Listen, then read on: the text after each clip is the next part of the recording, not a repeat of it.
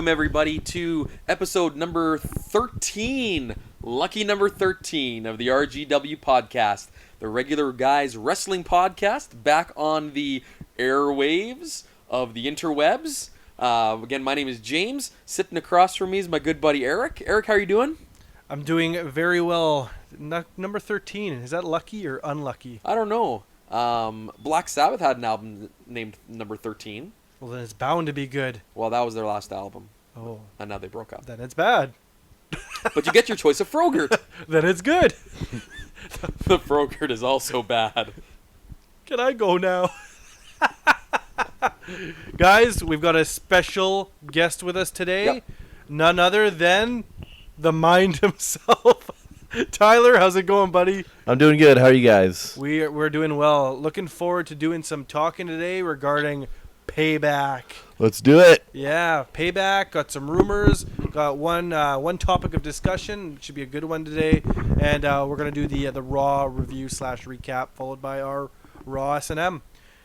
James, let's get things started, buddy. All right, we're going to get started here with our rumors of the week. Number one here, according to The Observer, there's at least a possibility that Mauro Ranallo returns to the WWE despite everything that has happened. Now, to be honest, I find this hard to believe. I called this last week. Yeah? I did. Remember? You said I can't see it happening. Yeah, I still don't see it happening. I do. Not within the next couple of weeks, Right. but in the near future, something will occur where he'll just come back. Like by the end of 2017? Yeah. Well, it wasn't he did nothing wrong, right? So I could see Vince wanting him to come back. It looks good for the company. But then you got the good old boy, Mr. JBL. Yeah. That I don't know. That kind of puts a stick in the spokes. Yeah. What do you I think, don't know. Tyler? I don't think he's going to come back. He's done. I don't think it has anything to do with JBL. He's mentioned on Twitter a couple times that it has nothing to do with JBL. Okay. And the things that they mentioned were just kind of like for show. Like I don't think anything happened in like backstage or anything. I think they're referring to a couple times when on that WB Network show, Bring It to the Table, where JBL was mentioning Mauro Ranallo, and he bashed him a little. But I think that was just an in-character joke. But I do think that Mauro Ranallo has some problems that he needs to deal with. Until then, we won't see him again. Yeah, like James and I were discussing on the last podcast. Apparently, Moro's been on other mixed martial arts and pro wrestling shows. Maybe already. even a boxing show. I think maybe Boxing this past weekend even he was doing either an MMA or a boxing show again. So he's definitely doing announcing, and he obviously still has a passion for that.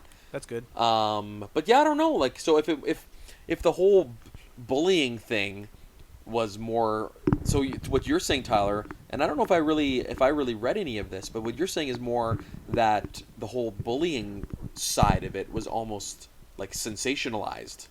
That's right. I don't even think it's about bullying. I think it's just about being maybe the pressures of leading a big show like SmackDown Live was maybe too much for him. Okay, you're saying that there's That's possibly all I'm other saying about it. factors, Yeah. and maybe the media kind of pushed it more towards the JBL when there was other things going on. Of course. So the media pushing their own agenda to make it sound more interesting than it actually is. That's right. Wow, as if they would ever do that. This is rare stuff. Man, I'm shocked and appalled. As am I. I'm so shocked. All right, Chris Jericho was written off television on SmackDown Live this week, as he will soon be going on tour with his band Fozzy, but he's expected back this year. So not really much of a rumor. It's pretty much well known at this stage. I guess more of the rumor is, when will he be returning? I've heard that it could be only a few months. I've heard that it could be within the year, so by December. Like, I'm not sure, but I don't know. I'd say a couple months for sure. He wants to tour. I think it's kind of funny. I think we're all assuming that he would have left at WrestleMania. And then, oh, wait, he's got another match at Payback. And then, okay, he's not going to win that match. And then he'll be gone. And then he wins again. Yeah. No, I agree. So, I don't know. Yeah, I agree. We were kind of calling that he wasn't going to be around come WrestleMania. But he was around till now. Yeah. No, I'm with you. Like, I honestly was so surprised that he wasn't finished at WrestleMania. And then for him to then then it was assumed he was just going to lose a Payback. KO was going to beat him again, and which he didn't, obviously. But I guess that works because it keeps him strong. How long do you think it'll be gone, Tyler? I think they could probably hold off until probably SummerSlam's too early. Maybe Survivor Series. Oh, really? Eh? You don't think we'll see him at SummerSlam, eh? No, I don't think so. Okay. They're trying to rebuilding Survivor Series a little bit. Last year they had the return of Goldberg. A couple years before that, they had the big Undertaker celebration. Well, didn't Sting show up at Survivor Series too? Sting showed up at Survivor Series. They're kind of building Survivor Series to be kind of one of the big players in the pay-per-view game again. So top 4 again. Yeah. Yeah, and I could see, like, for example, Chris Jericho coming back at SummerSlam. Like, if they are building towards a and that's kind of the rumor, building towards a Brock Lesnar and a Braun Strowman match later on in the year, which I think we talked about a few weeks ago, possibly being at SummerSlam. Then to have Jericho also return at SummerSlam. Like, you've already got this big, huge match that they're going to be potentially building up to kind of throw in another, return. It might water that down a little bit. The return, that is, not necessarily, not the match, but might water down his return a bit. Right.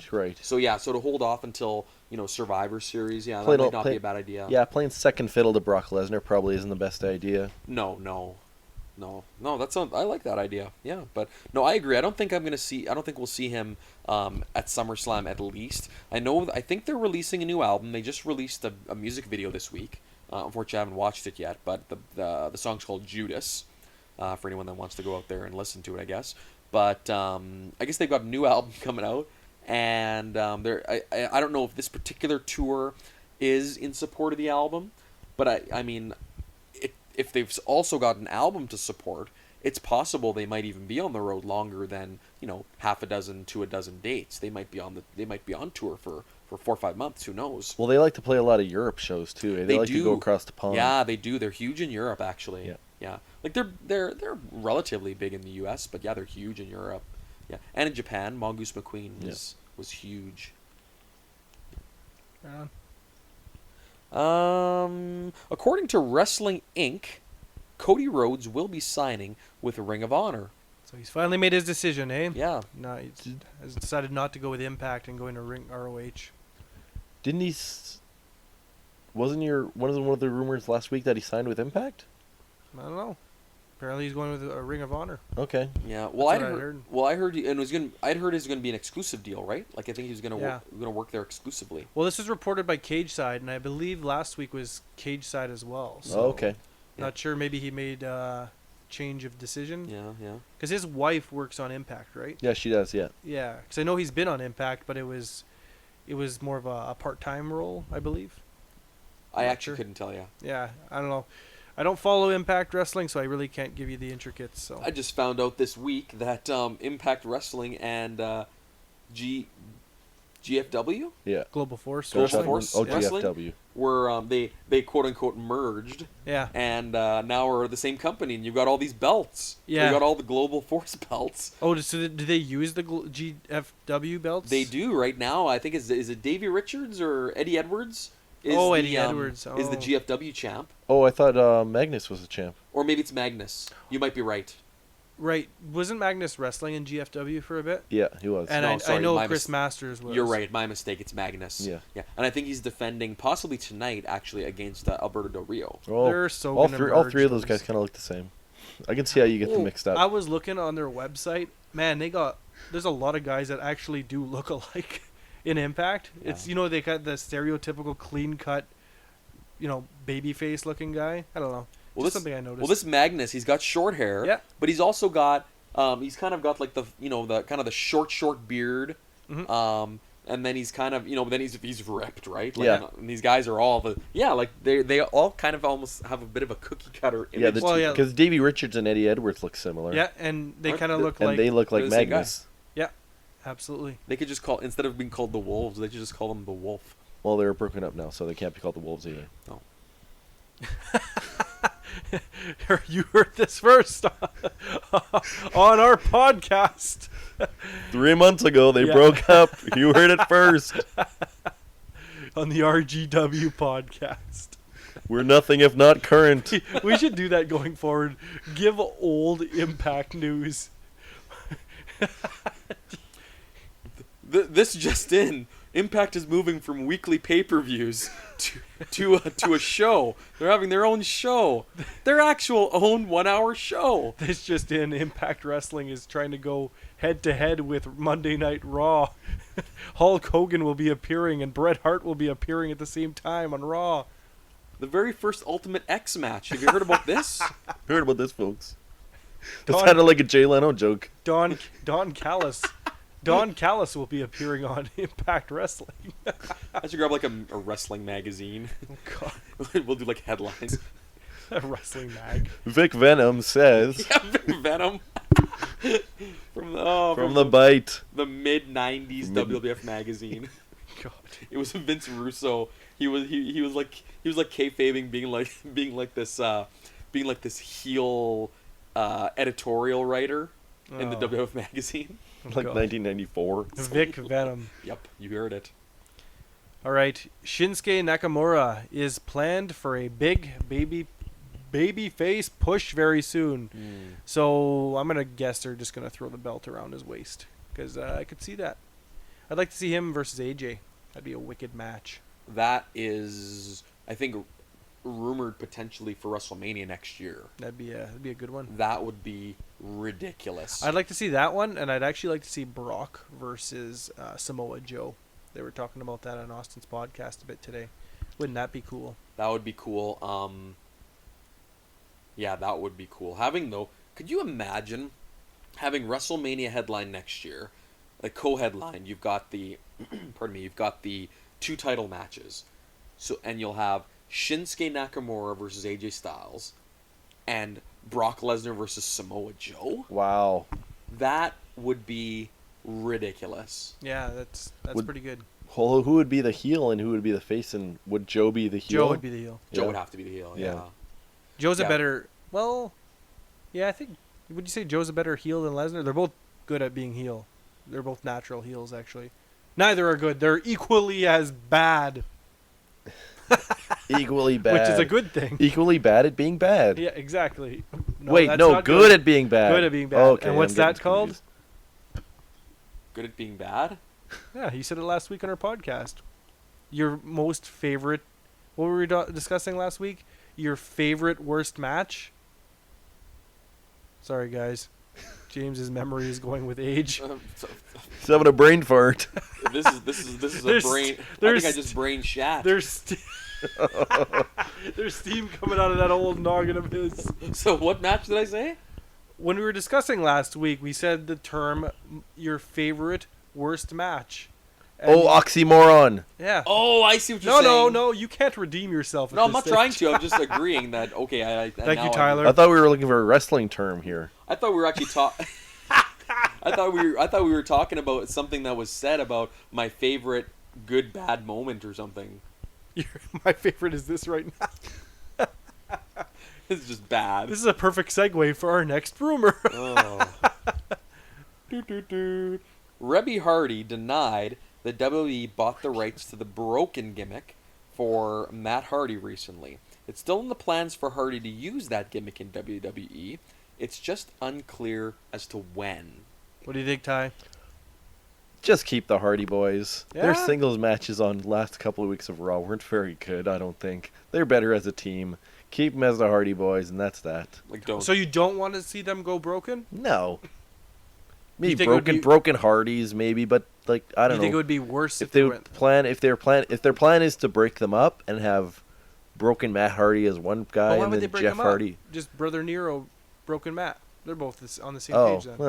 That's what I thought they would. I was thinking that. I wasn't Okay. thinking splitting them up. Oh, I thought everyone was thinking of splitting them up. Oh, I wasn't. I thought they'd both be insane as a team. Kind of. Yeah, Oh, no, I nah. was thinking they'd probably keep them as a unit as well. Nah, don't- don't no. bother. Not No. feeling it? Just kind of maybe have some broken flavor, but not go like Yeah, full-on like they're all broken. doing the like he kind of did like the delete thing on this Monday's Raw, Mhm. and A everybody lot. does the delete thing, and that's all you need to do. Mm. Yep. Okay. Keep his dyed hair. It's not dyed. No, he's a natural silver fox. He broke it. He broke. All right. At this point, WWE is not planning on having Jinder Mahal win the world title at Backlash, but that could change depending on how the build is received. So, I actually am liking the Jinder Mahal thing. I think you agreed with me, James. I'm not sure where you're at, Tyler. He's still fairly green, and he was a bit of a jobber not long ago. Well, it's funny watching him in matches because, like, he doesn't have a big offense to him. He's not used to. Well, exactly. He's not used to having an offense. Exactly. Yeah, he's usually He's the punching bag. Yeah, he's kind of like too. He's kind of like, okay, so who's I'm gonna lose? It's like he used to be like, okay, who am I losing to tonight? Okay, got it. Now he's like, no, wait, I'm winning, and I get to do stuff in matches. Yeah. Okay. So he's almost got to build a repertoire. Yeah. Almost. I think it is a little too Like soon. that's the first time he had a finishing move. Yeah. And I don't think he's going to. Are they using his forearm as a finisher right now? No, they're using Ted DiBiase Jr.'s former Dream Street, which is a Cobra Clutch into a slam. Right. Oh, okay.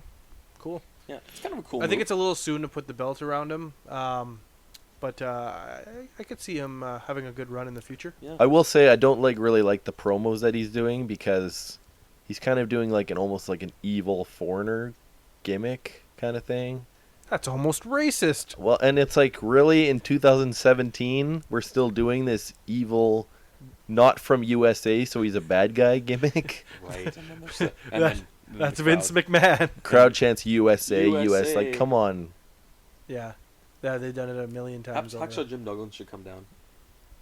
Defend the And Rusev should join forces with Mahal. Wait, that happened already. hard body Mahal Hard- and handsome Rusev. Actually, Rusev might be done with the Russian gimmick. Whoa.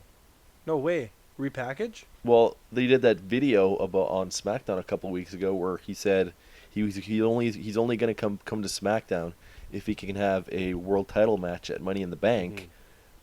But he didn't sound in his like thick Russian accent that he usually has. He was pretty serious. Yeah. Yeah. And they've all but it sounds like they're breaking him away from Lana for Yeah, sure. because Lana is getting repackaged as well. Yeah. As just a wrestler now? Or? I think a wrestler Okay. slash Yeah. dancer. And she's a dancer. Yeah, she's like they had a vignette of her doing like a like this almost like a ballroom dancing with the stars type thing like around a chair last Okay. week. Okay. And they said like coming soon, Lana to SmackDown Live.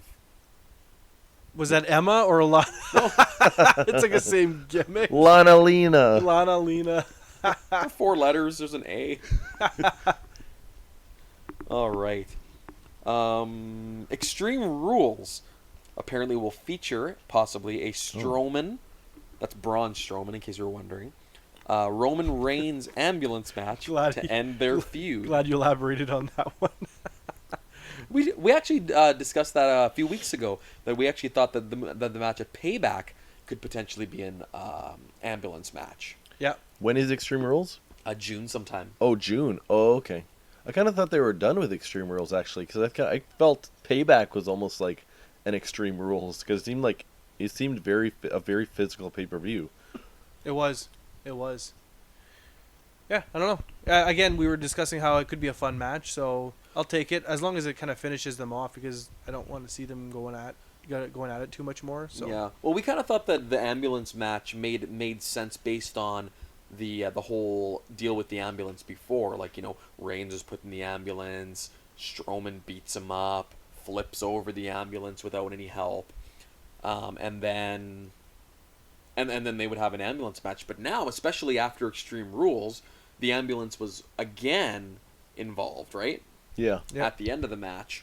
So it almost writes itself that they're going and it sounds like based on this week's Raw, Strowman and Reigns will likely not really be on Raw for the next few weeks. Yeah, Right. they're both kind of dealing with their own injuries. That's so. right. So they're both injured for them to then both come back and have an ambulance match almost writes itself, like I said. Yeah, I agree. Yeah. As long as it's good. Ambulance matches have a tendency to not be good, so as long as it's good. Well, a lot of those matches have a tendency to not be great. Like, the dumpster match had no... Like, it should not have been entertaining at all. But it kind of was. It was, except for the 1.5 foot drop at the end. I just saw I saw Billy Gunn and Road Dogg when they were against Chainsaw Charlie and McFoley. Cactus Jack. Yeah, Cactus Jack, and man, and they pushed that over the edge. I think that thing fell 2 meters. Like, it felt it good. Flipped. Yeah. Like, and now it's just like, patunk. This thing, there was hardly enough space for it to even flip on its side. It wanted to almost flip on the lid, but it didn't. Gravity could only take it so far. That's the PG era, folks. All right. Summer Rae was reportedly in Sacramento at the same time as Raw, and it's been stated that she would be back in the WWE soon. I didn't even know she was gone. Summer Rae, she hasn't been around forever. Yeah. No, she hasn't been around. I kind of liked her. I was missing her. She's not the greatest wrestler, but she's a really good heel. She plays it really well in the ring. Well, and I guess in like these days, you kind of do have to have some wrestling skill, but there's still a place for her. Like, she's not terrible. She's just not she's not on like Charlotte or Sasha level. You know which or the Neville level. You know which female had a huge impact as of late? When you think of it, Maurice. Miz is where he is right now, largely because of who's with him. Like, she is definitely complimented. She's not even doing a whole lot when you really think of it. No. But it does so much more for Miz as a heel. Yeah. Because if you imagine Miz as a heel alone walking out, he'd be the same. No. Yeah. Yeah. It's really crazy how well it works. So yeah, I just wanted to point it out as a heel, Maurice is doing a good job. So. Well, I mean, there's chemistry there. There is natural. Yeah. But yeah, so you say Summer Rae was good as a heel, Tyler? Yeah. Okay. Although the only thing that was the problem was that whole Ziggler, Lana, Rusev, Summer Rae gimmick. Oh, right. A couple years back, that kind of killed her, but... Yeah. It's crazy how that gimmick was kind of getting it was kind of getting up there, and then it just blew up to pieces. So. Well, they kind of committed suicide, so to speak. Right? Yeah. Jeez. So, I don't know. Yeah. So, going from Summer Rae, Brock Lesnar is expected to be around more. Both blondes. They're both blondes. Brock Lesnar is expected to be around more during this Universal Championship run, according to The Observer. Although so far, only Great Balls of Fire and SummerSlam plans are set for him. It's expected Lesnar will have title defenses against the likes of Braun Strowman, Finn Balor, Seth Rollins, and Roman Reigns at the very least. I really had to keep my composure. Great Balls of Fire! Goodness gracious, Great Balls of Fire! You know Vince probably thought that one up. They're definitely saying that a lot. It will be the new Ultimate Thrill Ride. Oh, it'll be the new TJP. We'll get to that soon enough. Braun Strowman. This is my impression of Braun Strowman building up a match against Brock Lesnar at Great Balls of Fire. Oh, no. Brock Lesnar! At the next pay-per-view, you're gonna see Great Balls of Fire in the ring. Oh. 'Cause I got major chafing problems. Where's my cream? Oh, too much, guys. Too much. Too soon. What? Cream? Too soon. Coffee. He likes his hot coffee. We'll allow this to segue into our next rumor. We never talked about Brock Lesnar yet. I will say, though, I do hope that he's around more. And it's hard to really keep the Universal title as the top prestigious title when it's not even around. It's not like he has an MMA career to practice for anymore. So I mean, he's got time. I'd like to see Lesnar versus Strowman. I'd like to see Lesnar versus Rollins. I'd like to see Lesnar versus Samoa Joe. I do not want to see him versus Finn Balor. And I don't know about Roman Reigns. That's a question mark. He's like 100 pounds more than Finn Balor. Oh, easy. Easy. Finn Balor would need to eat a Finn Balor to be even close to Brock Lesnar. Well, Finn Balor... Well, actually, Finn Balor's what? 180. 190. They bill him at, but Okay, so he's not double, but let's just say he is. he's twice the Look- size of Finn Balor. Strowman is 386, isn't he? I don't remember what they bill him at. Well, that's like no, 380 something. Yeah, Something like 380 that. something So he because people. is- He is double his weight. did they billed him at when he was fighting Big Show? I think he was heavier than Big Show. By a couple pounds. Not by Wow. much. Yeah, Yeah, you're right. by a He was right couple around the pounds. same amount. Yeah. Okay, Yeah. cool. Yep. So literally, he's like double the size of Finn Balor. That was Braun Strowman, though, not Brock Lesnar. Correct. Brock Lesnar could only eat half a. Finn Balor could only eat half a Finn Balor to That's right. face Lesnar. Right on.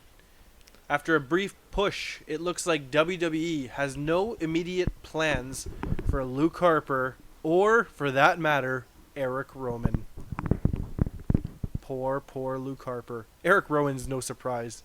I poor was Luke Harper. wondering who Eric Roman was. I said Eric Rowan. That's Not what the I heard. first making time. fun- Not the Rowan. first time. Nope. You said Play, Roman. play it back. Play it back. We will play it back. Eric Roman Reigns? It's a good first name, I'll say that. But I'm actually surprised Eric Rowan's still actually even has a job with WWE, to be honest. Yeah. I with some of the releases earlier in the year, like NXT people and Performance Center people, I thought Eric Rowan would have been on that list because I just don't see a place for him. I don't even know how you repackage him. I guess that's Well, you disappear for several months and repackage him. That's what they should have done last time he came back and he started feuding with Randy Orton. He shouldn't have come back. And he's wearing the same stuff. Like, he's not even really affiliated with Bray Wyatt. Well, he can't be anymore. They're not even on the same show. Well, they kind of. I guess that's what That's what the point of him fighting Orton was. He's still kind of a lackey, even though he's not. He's like representing Bray Wyatt Yeah. on SmackDown. Yeah. But Luke Harper, I'm kind of surprised because Yeah. Luke Harper they were showing a lot of interest and you heard a lot of Luke chants. Well, he was an upper mid, and he was almost making it, and now Well, he was in Mahal has got a bigger push. He was in a number one contendership for the Exactly. title at WrestleMania. Yeah, That's true. and then it Yeah. all got flushed down the old toilet. Yeah, I don't know how it fizzled out so badly. They just lost interest for some reason. Not necessarily us or the crowd, but yeah, the creative team and whoever else back there Working on other things. just I guess. decided they Not spent. enough room. They're like, okay, we only have enough brain power for this House of Horrors match. I have nothing to add to Luke Harper. Apparently that House of Horrors match was apparently the brainchild for like 20 years of handsome Doc Hendricks himself. That's right. Did you hear that on Yeah. Edge and Christian's podcast? Oh, yeah? I didn't. No, I heard it on Austin's podcast. Oh, but Cart Bauer. apparently Christian and Edge, they were talking on their podcast a couple of weeks ago. They were talking with Michael Hayes, and apparently Michael Hayes came and told them that, hey, I've got this great idea for something called like a House of Horrors match, and they told them a little bit about it, and it never really came to fruition. But yeah, so they're saying this House of Horrors match is actually in a way, yeah, the brainchild of Michael Hayes. Wow. Michael P.S. Hayes. Yeah, he's wanted this for a while. I guess that House of Horror is on Bath Street, USA. Yeah, it's almost the same joke Court Bauer did. Quit ripping off Court Bauer, Tyler. Rip off Court Bauer. I did not. I did nothing of the sort. Who's Court Bauer? Where am I? Court McGee from the UFC. Is there a Court McGee? He's so boring. Oh, He's like the most boring UFC fighter I've ever witnessed. he should change his name to Court Magoo. No. I love the awkward silence that we just purposely implemented there for James. The Ember Moon This is a special rumor, by the way, James. getting. It's week 3 It's of the the. third week in a row. I almost put we're this. At, talking I about almost put this at the end of the rumors as an ongoing joke. Wow. Okay, so 2 weeks ago, Yes. we broke it here that Ember Moon actually was legitimately injured at the NXT takeover before WrestleMania, and then last week We announced it was a work. reported that it was a work. She's actually not injured. This week, the Ember Moon injury may have actually have been legit, as she has been spotted wearing a sling. So I don't know. It could be kayfabe. It could be legit. At this point, we don't know. There's only one way to find out. Tune in next week to the RGW podcast. It'll be rumor number 8. She loves what she's working everybody. She's the NXT She just wants to make the RGW podcast. possible #1 contender is working everybody to make sure that their match gets lots of likes and Next week. on the NXT Takeover show. Yeah, I Next guess so. week, she's going to be doing push-ups in front of the crowd. We'll announce that. The week after that, she'll cut her arm off. It's been reported that she's missing an arm. She's After going doing armless. multiple push-ups. Oh, the arm is back. Oh, you're back. The arm is back. I could put my arm on. You can't. So play safe. Ember Moon is a robot. All right, guys. Photos in the UK Sun show The Undertaker and wife Michelle entering David H. Koch Pavilion. That's right. That is the David H. Koch Pavilion Hospital for special surgery in New York, a top orthopedics hospital in the United States. It's expected he'll undergo a number of procedures there now that he's retired, including the long-rumored hip replacement. So I think this guy needs to be rebuilt because I don't think he's coming back to wrestling, and he should basically say yes to everything they want to do to him to fix him. I think every single joint in his body is probably being replaced, to be honest. And with the healthcare system in the United States, they're probably going to go to a junkyard.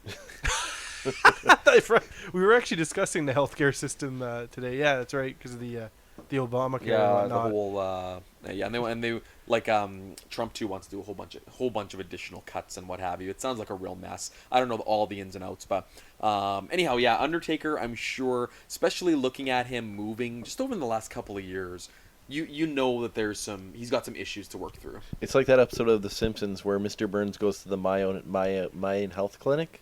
Mayo Health Clinic. Oh, the Mayo Mayo one, Clinic? yeah, the Yeah, Mayo and Clinic. it turns out that he has like everything wrong with him. He has everything, but because there's so many, the doctor refers to it as there's so many germs trying to get through one door that nobody can get in. Nothing can get in. So he's healthy but unhealthy at the same time. He's so unhealthy that he's healthy. Yeah. It's like all two negatives equal a positive. Oh, there you go. Well, I don't know. But And he like you should said, say yes to every single surgery. he they should. want. Maybe he'll be like that old TV show from the '80s. There was it, the $1 Million Man. There, Oh, the $6 million man. the $6 million Well, that was actually man. I think from like the 70s. But '70s. anyways, yeah. Oh, okay. And he'll that's what it'll be. Yeah. He'll be laying in the hospital bed. Like, okay, Mr. Taker, what would you like to have? Gives him a menu. I'll have one of everything. You will be the $6 Million Man. You see Ted DiBiase walks in. Not fair. It's Ted DiBiase cloned 6 times. And last here, but certainly not least, apparently Jack Swagger will be billed going forward on the Indies as formerly known as Jack Swagger. Seriously? Now that is some original stuff. That's terrible. Will he at least go by some sort of an acronym? FKAJS? I think we're coming to realize why he didn't really do anything in WWE. If these are the ideas that he comes up with. It probably is his idea too. Formerly known as Jack Swagger. So WWE can't go after him by using that name? I really don't know how that Is works. his real name Jack Swagger? I I don't- doubt it. I can't be. I don't think so. He has no swagger. I still like Swaggy Jack. Wait, come back. Come back, Swaggy Jack. Yes! Come back, Swaggy Jack! I thought he was going to Impact. Now he's on the Indies? Yeah, Impact is the Indies. Well, he'll show up once or twice. They'll be like, it's just not working out. All right. That is our rumors for the week, gentlemen. Let's move over to our topic of discussion for the week. I was thinking this one through. I titled it, Those Who Unexpectedly Made It and Those Who Didn't That Should Have. So essentially, who in your early wrestling career did you think were not going to make it? In our wrestling career or our wrestling watching careers? In your wrestling career as being a critic of sorts. Okay. Who did you think there's no way these guys are going to make it in the future, and they end up getting the bell around their waist, the championship? Who didn't make it that you thought were going to go all the way? Let's start with who made it that you didn't think were going to make it. I didn't think Eddie Guerrero would ever be world champion. Oh, that's a good one. Yeah, I didn't think he'd get that far. Yeah, he was always the littler guy, eh? He kind of had that cruiserweight thing going on in Yeah. the WCW. And even in WWE, I never thought he'd get the title. He had to do the bleach blonde hair tips and Yeah, the tips, Get the big and he had but muscles. the Los Guerreros thing worked like wonders for him, and everybody loved him. So it really shouldn't have been a surprise. Just that if you were a fan of WCW back in the day, and you saw Eddie Guerrero, and like kind of like the good guy in the American jacket, and then later on the LW, like there's no way this guy's gonna be world champion. right. Even coming into WWE, going a little bit further, when they came in as the Radicals, and you look at these four guys. Was there four of them? There might have only been three. No, there was four of them. I think There was Saturn. I'm pretty sure there was only three. There was Saturn.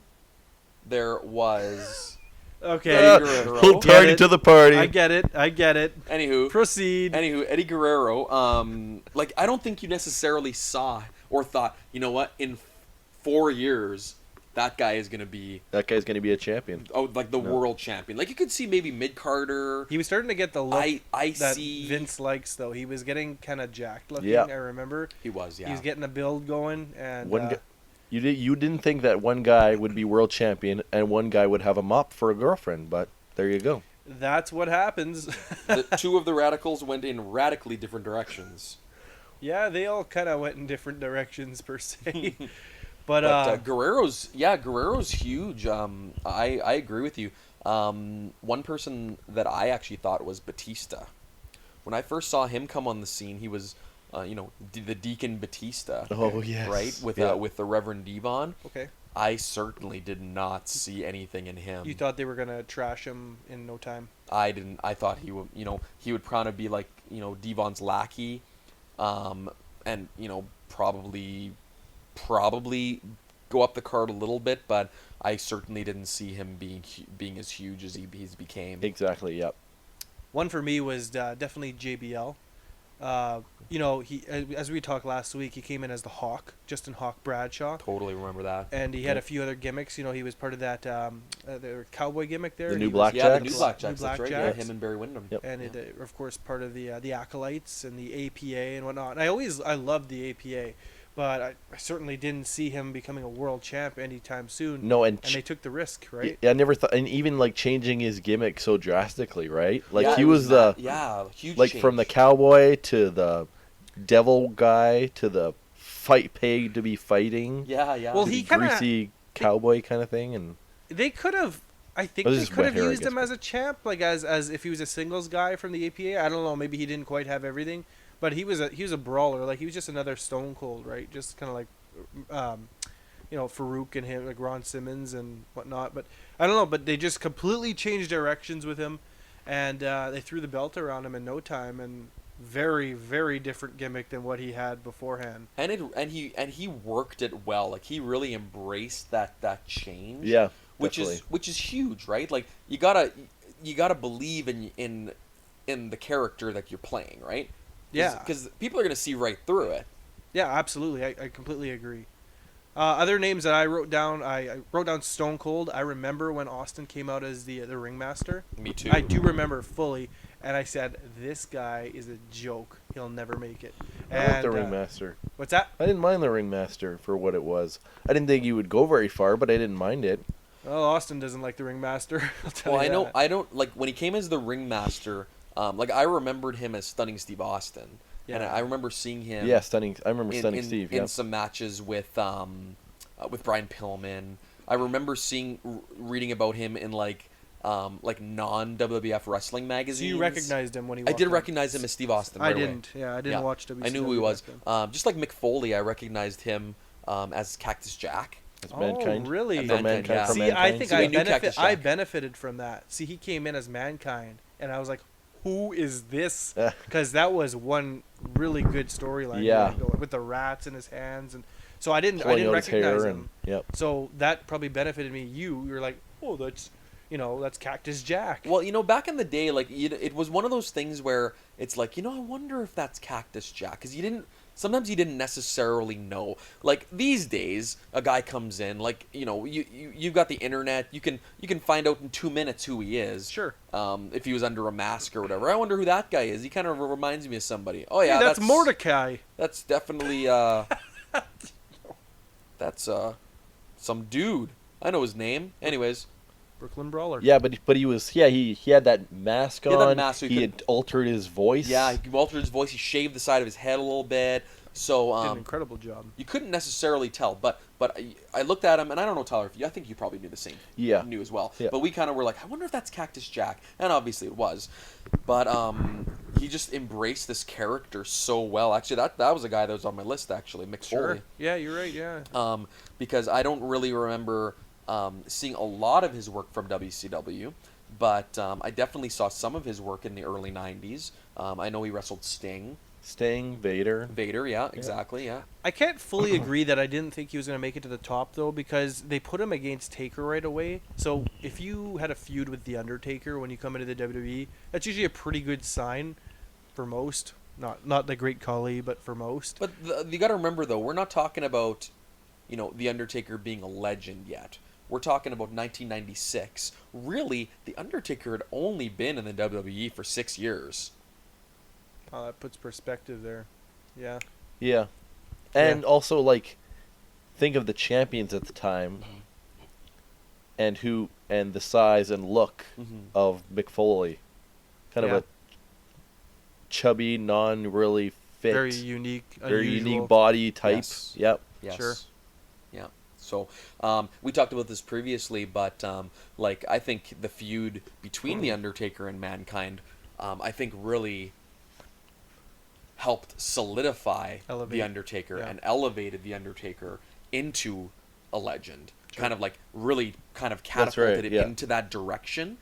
But yeah, in 1996, I don't think The Undertaker was necessarily, he wasn't the phenom yet. You know what I mean? Sure. Yep. Although I think Mankind actually had a title match against Shawn Michaels in '96, so one of those in your houses. You could be right. In your house, have a nice day. Mind Games, I think it was. Mind Games. Yes, you are correct. And that was in '96. You're right.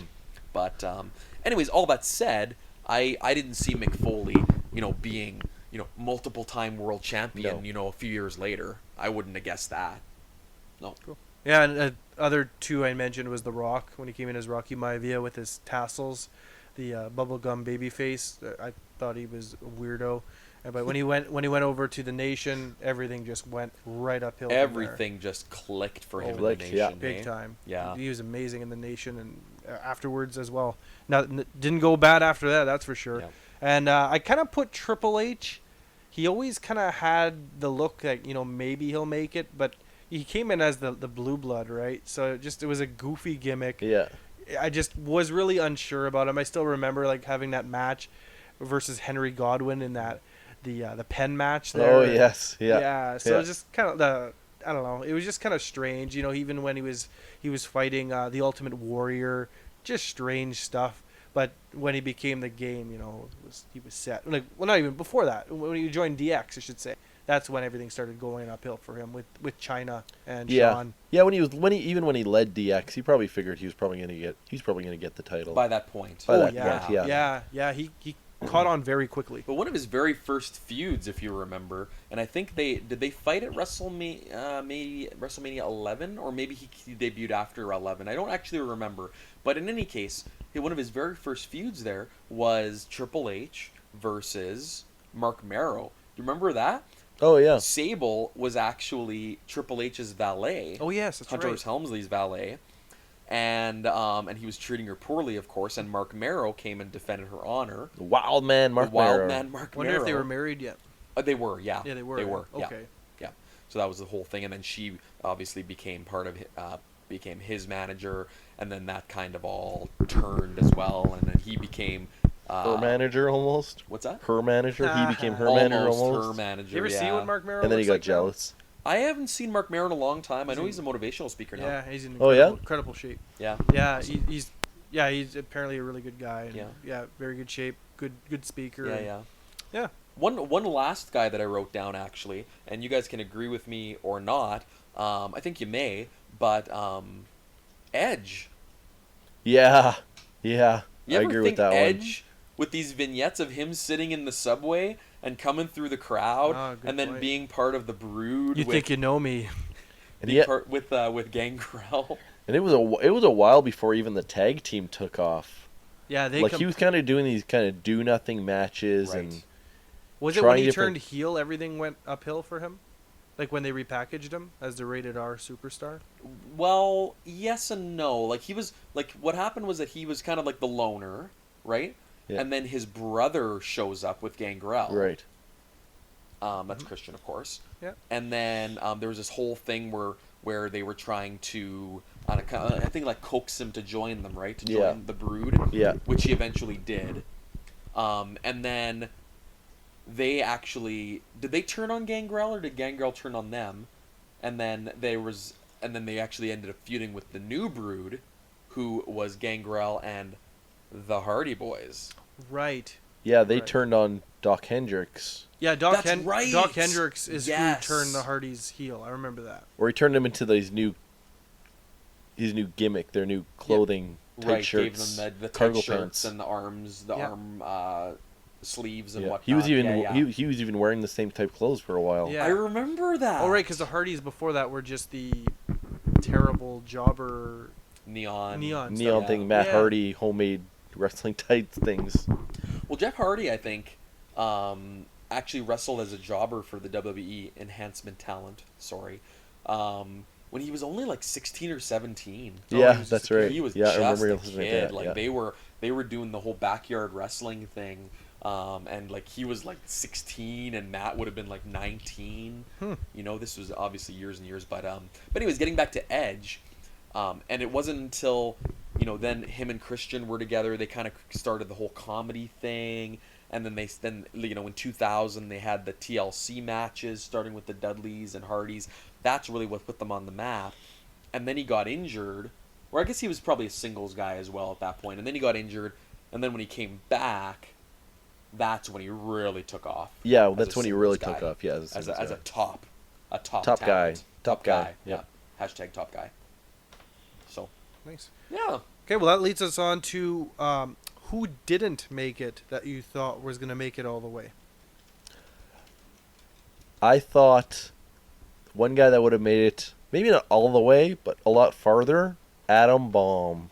Oh, I loved was a Adam fan Bomb. of Adam Bomb. He was so Yeah. cool. I thought Adam Even Bomb in was awesome. Chronic, man. Yeah. He what a beast. He had the look, eh? I don't know. You're very right. I for sure thought he would have gone at least like upper mid card, fighting got the it. champion. He's got everything that. Yeah, He's exactly. basically like a Kevin Nash. He but got everything you would way want. better. Like, it's maybe not as good on the mic. I'm not Maybe sure. not as tall. No, And but yeah, the guy was. yeah, I don't really know what It I don't really know what factored. happened. Must have like I don't know. Is he? Silly question. Is he still alive? Because I know Oh his. yeah. partner- yeah. Brian 'cause- Clark's still alive. Yeah, Okay. yeah. Okay, because I know. I don't think he wrestles anymore. No, he kind of hates wrestling. I think. Oh, Oh really? Yeah. really? He's bitter. He's very bitter, Oh. Okay. which is Okay. kind of too bad. But Yeah, that is too bad. Okay. For myself, I had a few actually. I'll just list them off quickly. Scott Hall was an obvious one. Intercontinental champion 4 times. 4 times, hey? 4 times. Never made the world I championship. thought it was 5 actually. I guess it's only 4. Okay. Looked it up, Tyler. I looked Okay. it up. Good. Well researched. Ahmed Johnson.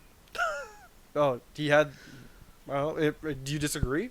That guy was getting no. pushed It's to the moon. no. It's just at the time. Yeah. I would agree with you, but Yeah, at the time. looking back, I fully understand why he Yeah, didn't. he was hurting everyone. Yeah, he was terrible at But wrestling. I mean, at the time, yeah, he totally. was like becoming the face. Yeah. Like, you know, there was Sean and Brett. Yeah, he was running, And Ahmed. and he was buddies with Shawn. They were kind of running together, Shawn Really? Michaels and Ahmed. I didn't know that. Storyline wise, anyway. Oh, okay, They were okay. hanging out together and teaming up. There's Yeah. the big feud. He had a feud with the debuting Farouk Assad. Yeah, I remember that. Yeah. And remember Farouk ruptured Ahmed Johnson's kidney. Doesn't that happen with Roman Reigns and Braun Strowman in every ambulance match they've had on Raw so far? Yeah, ruptured organs everywhere. A couple others I put were Shelton Benjamin. I just think he's super talented, and Intercontinental Champion 3 times, U.S. Champ once, and Tag Team Champ twice, and Ken Shamrock. Vince was huge on him, and I don't know. They didn't really push the button for him. He got his Intercontinental Championship. He had that awesome face-off with Austin in the middle of the ring. A la Austin and brain fart here. Austin versus Brett at WrestleMania 13. You're talking about, or no? When with DX, when Austin, Mike Tyson, when Austin and Mike Tyson were face to face, I find that they were trying to do the same thing before that with Austin and Ken Shamrock. Oh, okay. And that was incredible because Shamrock came from the UFC. Yeah. So he was he's a legitimate tough guy, and I don't know. Next thing you know, he's having good matches with Owen, and he had that gimmick with the 2x4 as you were discussing in the previous. Oh, the podcast. Union. Yeah. The Union. That's right. He had good matches with The Rock. Yes, of course. I remember that match. I remember watching it. God, that was good. Well, they fought at they fought at WrestleMania, didn't they? And, WrestleMania 14. Yeah, and he beat The Rock. The Rock tapped out to the ankle lock. But he wouldn't let go, so they reversed the decision. That's right. Yeah. That's right. You don't see that finish anymore these days. Reverse the decision. Reverse the decision. No. I wonder whatever happened to Shamrock. He was a pretty big player in the corporation in the early days. Yeah. He was good. He was good. He was like Angle. He caught on quick. Vince McMahon's words to Ken Shamrock were, "You may not be the sharpest knife in the drawer, but you are the most dangerous." Oh wow. Okay. How about you, James? Anyone that you thought was gonna make it to world title and? Well, you know who I am very surprised that he never made it, and a couple of guys. One, Rick Rude. Yeah. Surprising. Yeah. Surprising. They never pushed him, but I think it was a different time, and when he was getting up there, I mean, Hulk Hogan was still huge. I don't think he could have ever been a huge babyface, and maybe that's the big thing. I don't know if he could have ever been a massive babyface. Incredible heel. Yeah. I have a feeling Jake Roberts is on this list. No, actually, he wasn't on my list, but should be. Jake Roberts. Yeah, he didn't get the world championship. No, he never. He hardly got any titles. Did he even win any titles? WWE never had a title. No, never He once. never had an IC. No Rick IC. Rude won a WCW title. Pardon me? Rick Rude won the WCW title. Yeah, yes, they're he did. the international title, which is like their second world title at the time. Yeah. Wow. So he at least can be considered a world champion. Who cannot be considered, well, not in WWE or WCW, but another guy on my list was Kurt Hennig, Mr. Perfect. Yeah. Sure. Yeah. There's another guy that just never quite made it. You thought he was going to, though. I totally thought he had everything. He could talk. Yeah. He was a good wrestler. Yeah. So I just don't know exactly why it just didn't work. And I think he might have been a I think they're the victims of the time, the generations that they were. I think you're right. Because I mean, him going up against Hogan. Yeah. Same with Rude. He was going up against Warrior. Right. Oh yeah. Like it's almost like like they were the heels, and you had Hulk Hogan, who was of course an unstoppable force. Yeah. And then exactly. you had an up and coming Ultimate Warrior, who, again, kind of an unstoppable force as well. And so you've got these amazing talents. But you want to push these faces because it's a different time, right? You didn't really have that too much where you had the heels and they were these amazing heels, and then they kind of switched into faces like with Steve Austin or The Rock. Even Macho Man was a heel, and then he was a face for about a year there, or maybe about a year there, and then he went heel again.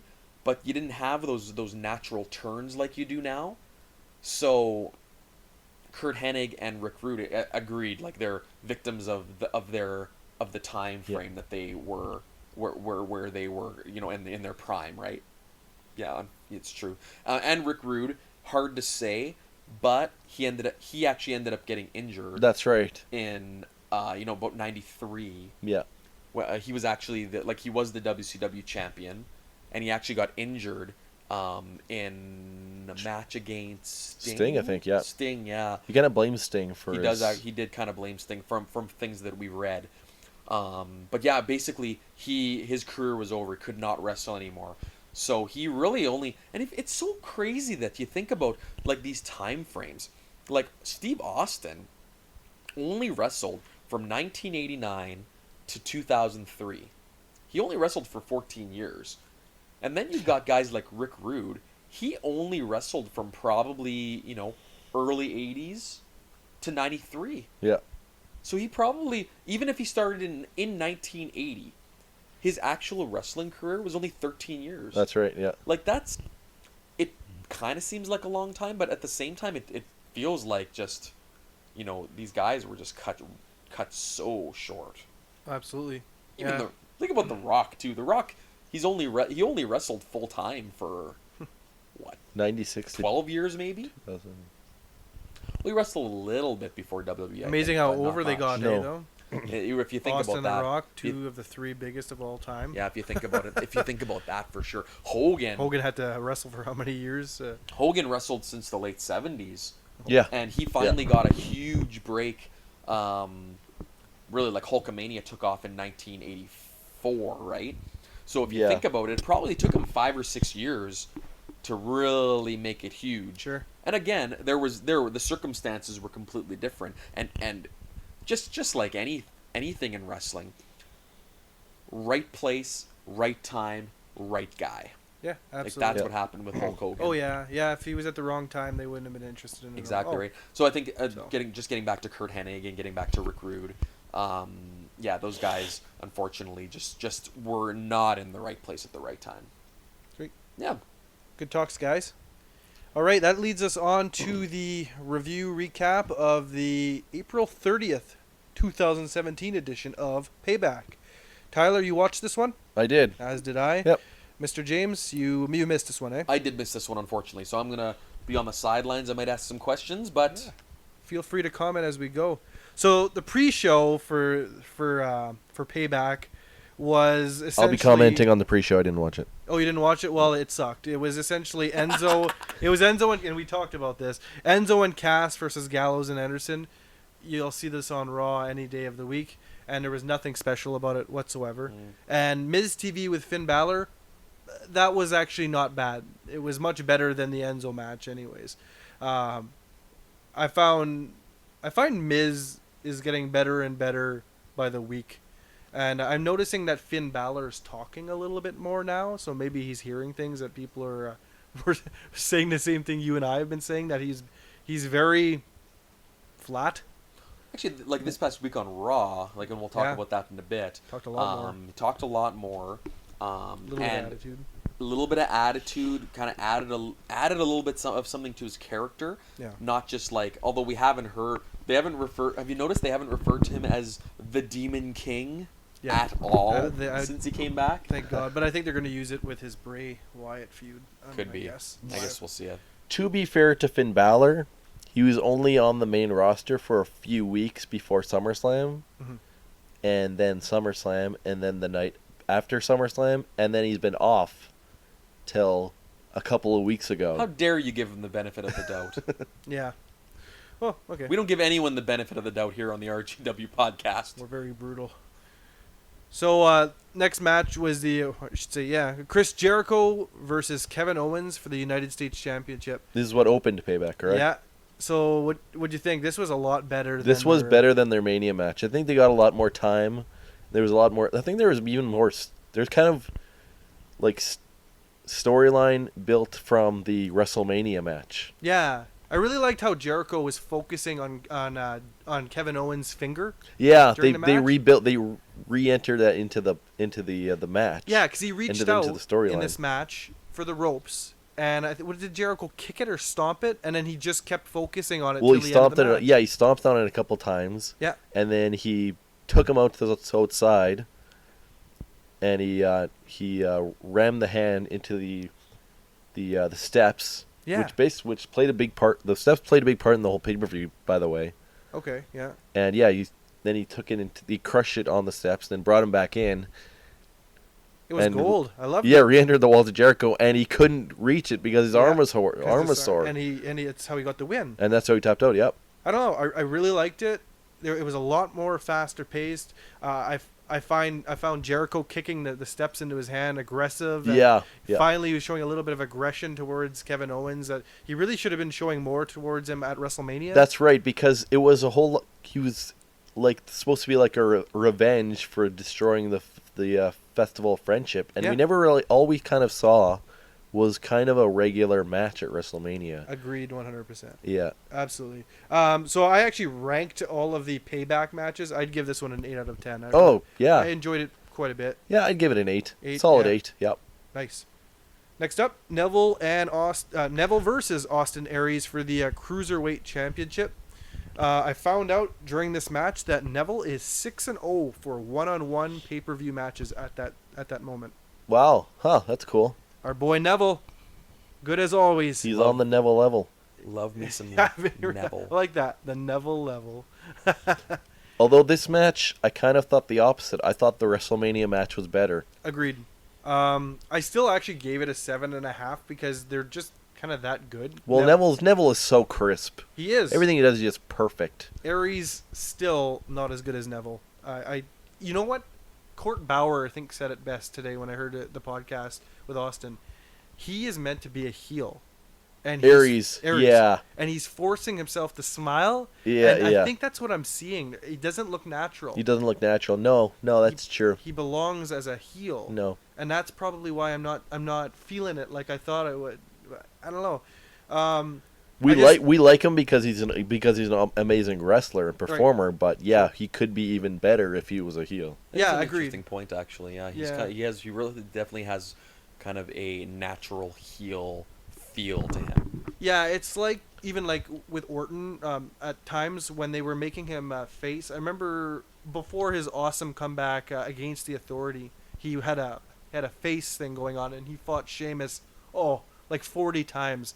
And the face thing at that stage was not fitting him at all. Oh, yeah. I remember those matches. That? Yeah. So that's just an example of that. But during this match, I did notice, I noted that Aries had an awesome sunset flip powerbomb into the last Chancery. I believe, that was Aries that did that. Yeah. Really cool. I like that. And I noted that Neville kept grabbing onto the ref's shirt to prevent him from tapping, resulting in a disqualification. Yeah, I like that. I like that he was he's doing that like lots of heel tactics. Love it. Scratching the eyes at WrestleMania. It's terrific. Purposely getting himself disqualified to keep the title. Great tactics. It's what heels should be doing. He's a straight up heel. Yeah. Like there's no, denying or mistaking him for being. Oh a yeah, heel, exactly. Yeah, for sure. Yeah. I also like that he's not a cowardly heel. Notice that? Well. Okay, maybe every heel is to a degree, but let's compare him to when Seth was heel. That's coward. Okay, yeah. He's not really. Well, he's kind of. He's subtly cowardly, sure. But he's not in your face cowardly. Yeah, agreed. So yeah, I gave it a 7.5 out of 10, maybe even just a 7, but yeah, it was. Yeah, it was reasonable. It was good. Yeah, it was just I'd say the WrestleMania match was better, but it doesn't mean it was a bad match. Agreed. Next up, Hardy Boys versus Sheamus and Cesaro. Ooh, that's the tooth. Yeah, Sheamus with a stiff kick to Jeff's face, and they slow-mo'd that on Raw, I believe, the next night. They did, and then they showed the tooth falling out. Just flying. Well, yeah, they showed it a couple times because Corey Graves was like, I think Jeff Hardy just lost a tooth. I think Sheamus just kicked his tooth out. It was a brutal kick. Like I just saw the replay on Raw. And it was a brutal kick. It was. It really was. Yeah. Like, I'm surprised he actually didn't knock him out. Agreed. Yeah. Matt was saying delete a lot throughout the match, more than I'd probably ever seen him since they came back. Slicing the air. Yeah.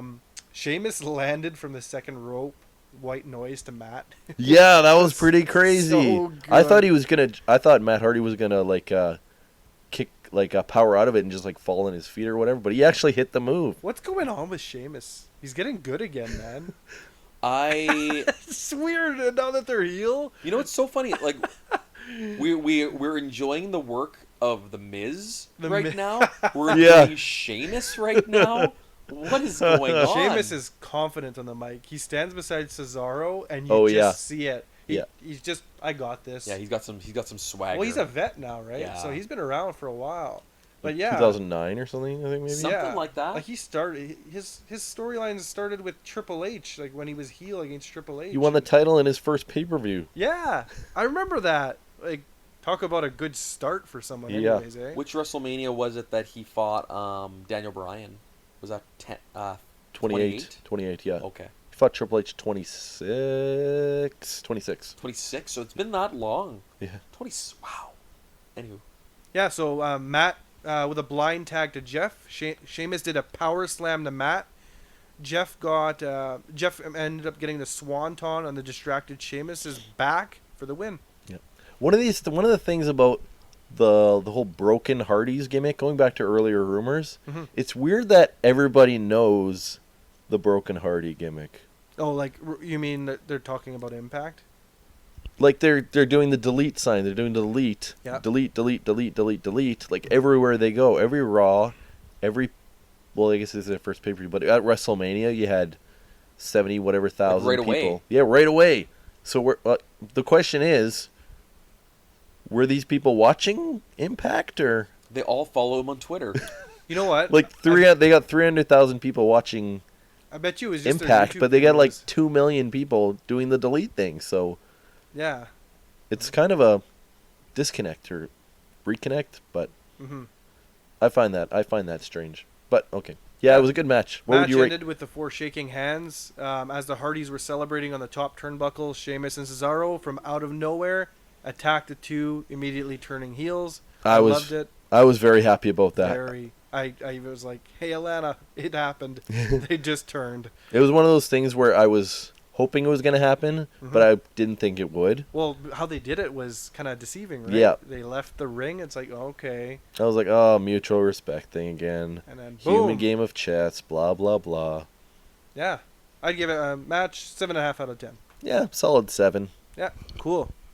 Next up, the amazing Bayley versus Alexa Bliss. What'd you think of this one? This was probably Bayley's best match she's ever had, I think. She was showing a lot more aggressive. She was being a lot more aggressive in this match. Yeah, she was. I agree with you to that extent, because even when she did that flying Macho Man elbow there, it was pretty crisp looking. Yeah. It was. Like she's never been a bad wrestler. I just don't find her very entertaining, but because she was showing a little more aggression, she was defending her title against the great Alexa Bliss, that it kind of brought out her better. Well, I can't stand her gimmick. Like, her gimmick is she's a fan. But, Well, no, that's not. Yeah, yeah, that's her thing, right? yeah, that's her Like, thing. apparently she just recently, like, when the Hardys came back, like, she said that one of her biggest memories was her and, like, Matt waving to her in the crowd or something. Or Jeff waving, like, I don't know. But anyways, Corey Graves quote, James, we always got to have one on the podcast. At least a couple. She's in her hometown and only 25 people come to see her.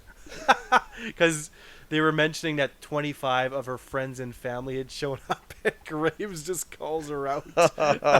Loser. Good for Graves. Bliss covering her ears while everyone was cheering for Bayley was an amazing heel That's thing. nice. That's Loved nice.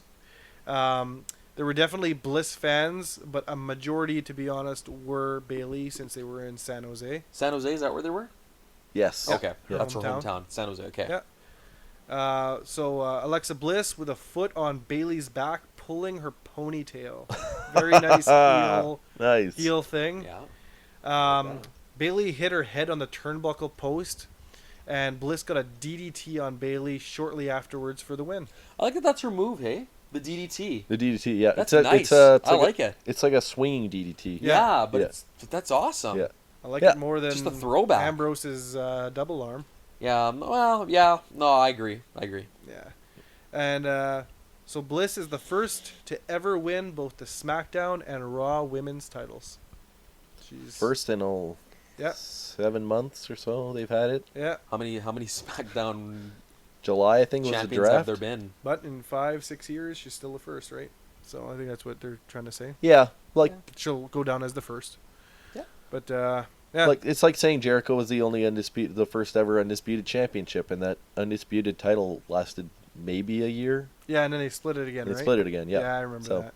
But it's still You're it's right, still a the thing. history Still books will brags say- about it. Yep. The history books will say that Jericho beat Steve Austin and The Rock on the same night. Yep. On the same night, regardless of the fact that I think he I cheated. know Alexa Bliss can now say that she beat Becky Lynch and Bayley. Mhm. Not on the same night, but at nighttime. Both top tier. Yes, both in the evening. In time. the evening time. I gave this match an 8 out of 10. Oh, I don't know if I go that far. I thought it was pretty good. That's solid 7. Solid 7. Yep. It's cool. All right. Conservative.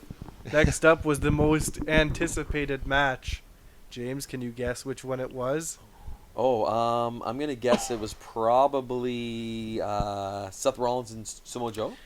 Orton versus Wyatt in the House of Horrors. Oh right, I forgot about that one.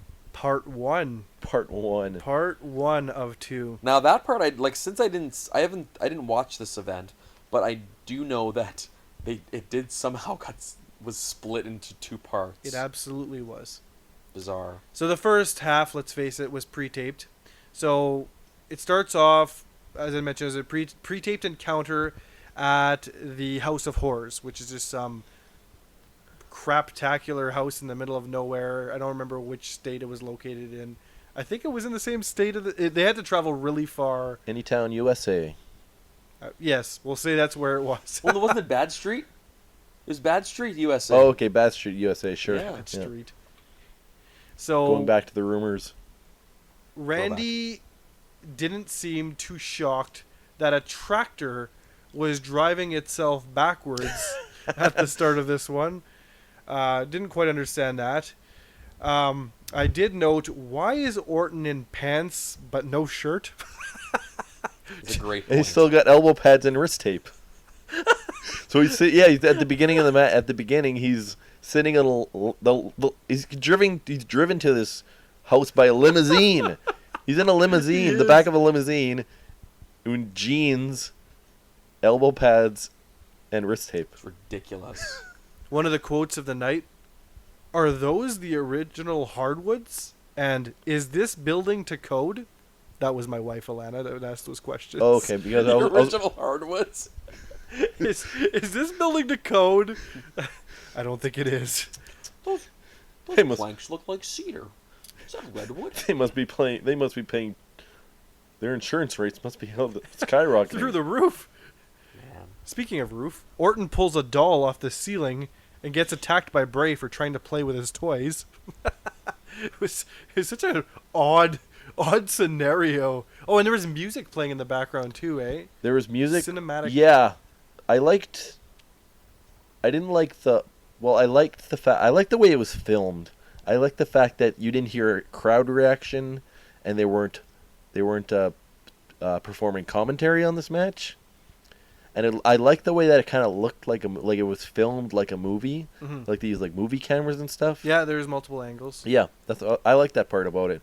But I didn't like the fact that they kind of just punched and kicked and threw each other around. Well, I didn't like in the kitchen there when they're both on the ground, Orton legitimately struck Bray in the head. It looked pretty real, actually, at least 20 times.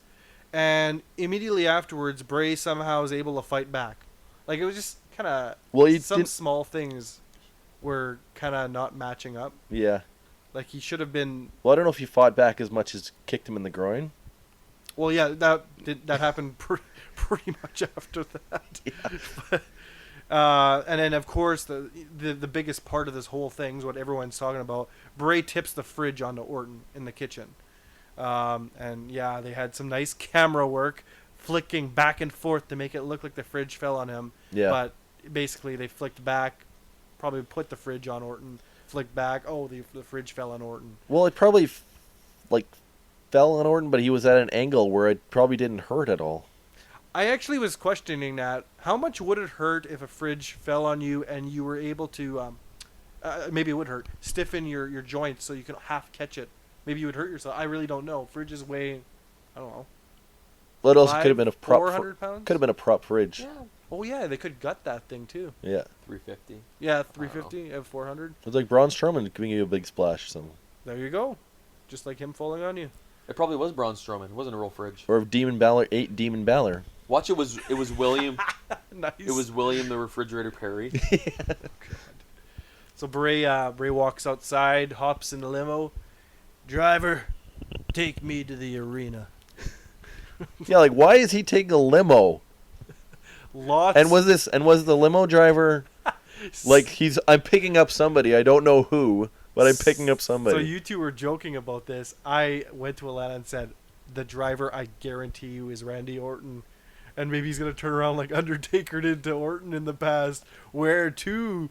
Nope. Right. There was nothing of the sort. Nothing like Just that. a regular limo driver. And at the end of that half of the match, you could hear the crowd in the arena boos coming from the crowd. Maybe they're oohing. Ooh.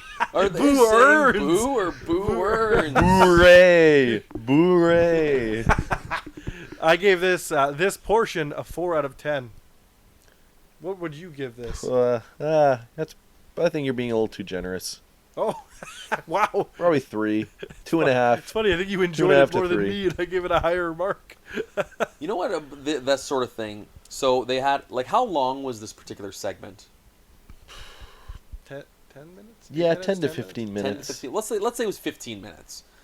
Even 10 minutes, but whatever. Let's say it was 15 minutes. So you had 15 minutes of people in the crowd. You had 30,000 people in the crowd, 20 whatever.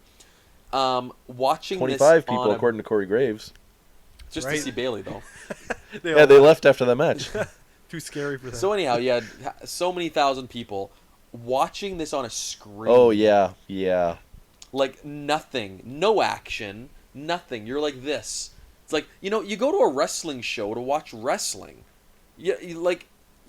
Why do I want to come to a wrestling show and watch wrestling, quote unquote wrestling? We'll use that loosely on a big screen. They should just all tell them to in look at their uncomfortable smartphones. chairs. Yeah. Everyone pick up your smartphones now and watch. Like it's not even a movie theater where you're all facing the same way. I mean, if you're facing obviously you're facing the ring, so you got to turn your head to watch 15 minutes of this awful awfulness on a screen. Imagine the people who I got really good seats right by the ring. And then, okay, turn your head left for 10 minutes. Oh, man, there's a big guy in front of me. Do you think they blacked out the arena when they had this on? Oh, I don't know. I'm actually serious, because it would have been a lot better. Oh, yeah, they probably did. Yeah, Yeah. shut them all off like Taker when he comes out. Yeah. Like, Maybe. pitch black. Or maybe they had like the fireflies or whatever going. Oh, God. Or they have Someone gets their hair caught on fire. The whole time that's in the arena, it's just a loop of Bray Wyatt's music. Oh, God. I can't even hear what's going on. maybe they had a guy in the ring like doing like with a t-shirt gun or something. Juggling. What's going on? Dean Ambrose doing his improv comedy. Why'd the chicken cross the road? We're trying to watch this match, you idiot. Listen to my jokes. You will listen and you will like them. Oh, okay.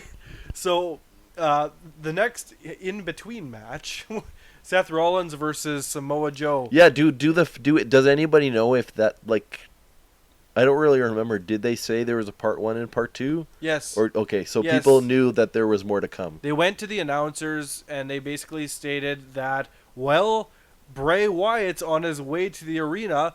We don't know if Randy Orton's going to make it because he's still under the refrigerator.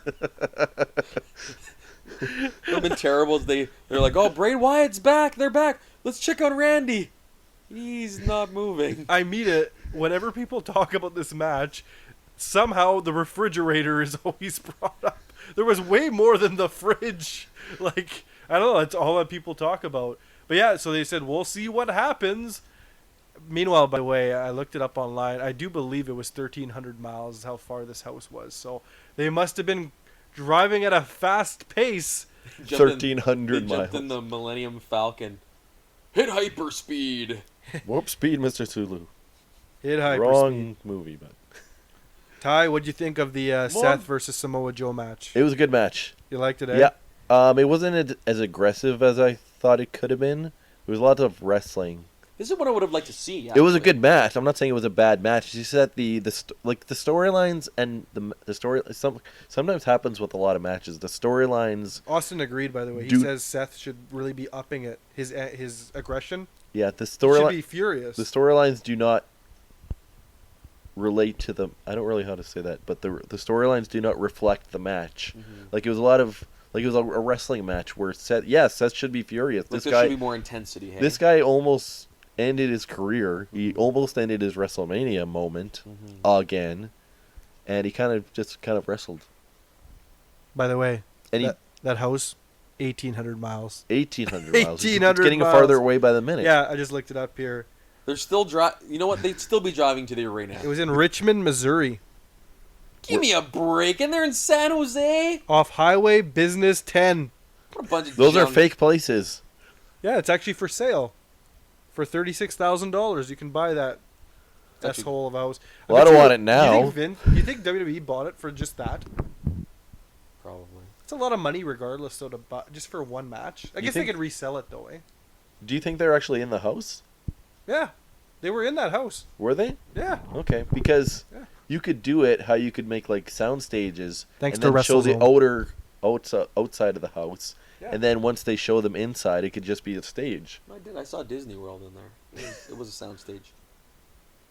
I Yeah. didn't see the pay-per-view. The match began. This is on WrestleZone. The match began with pre-recorded footage from a house in Richmond, Missouri, off Highway Business 10, according to Movado.com. The home was $36,000, and you could check out the listing at this link. Check it out, everyone. All right, back to the Samoa Joe and Seth Rollins. What did you think of it? I actually really enjoyed this match as well. I gave it an 8 out of 10. I thought it was good. I agree with you that Seth could have been a little bit more aggressive. Regardless, there was some good wrestling in it. I caught Seth talking to Joe after being essentially power bombed onto the mat, I believe it was. Oh, yeah. I guess it happens. You know, they're going to talk to each other. But it was a little obvious at the stage, Oh, yeah. considering my wife saw it. Oh, really? So they were, they're a little bit, be careful, guys, with the talking in the ring. That'll be on Botchamania Yeah. for sure. Botchamania? Yeah. Yeah. Have you ever seen Botchamania? No, but I definitely. Oh, would've said it. seriously? There are There's like 300 episodes. Yeah. And Really? It's all. It's a guy like stuff like that. It's It's all all- bloopers. Yeah, it's all they do. bloopers. They do a special section where they show them.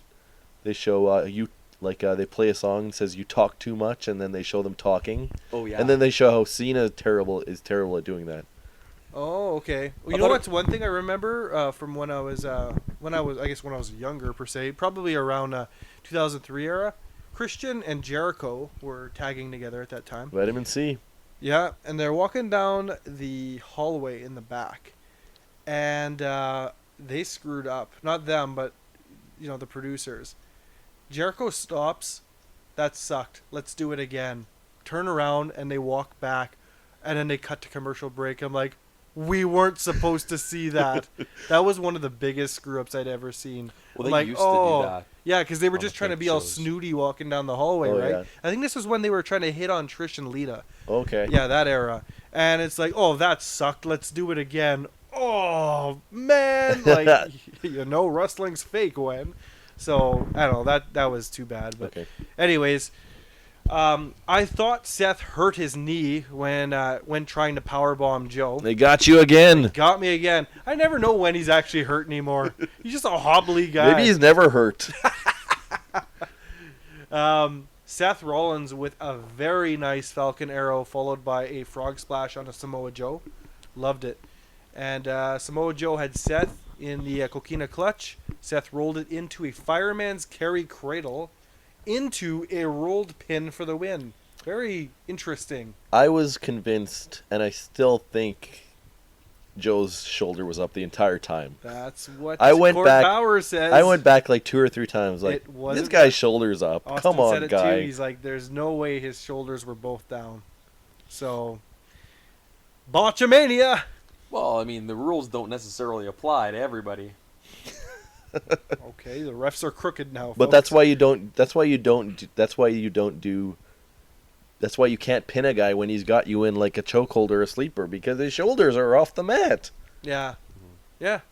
Well, they've even done that before with, I think with Taker doing like the Gogoplata or the Hell's Gate, where he's got him up, he's pulling on the head, and then the guy kind of like tries to stand up, and they start counting Taker's arms. Yeah. And it's like, your arms are both clearly up. Yeah. Yeah. Like, what are you counting for, ref? No. Yeah.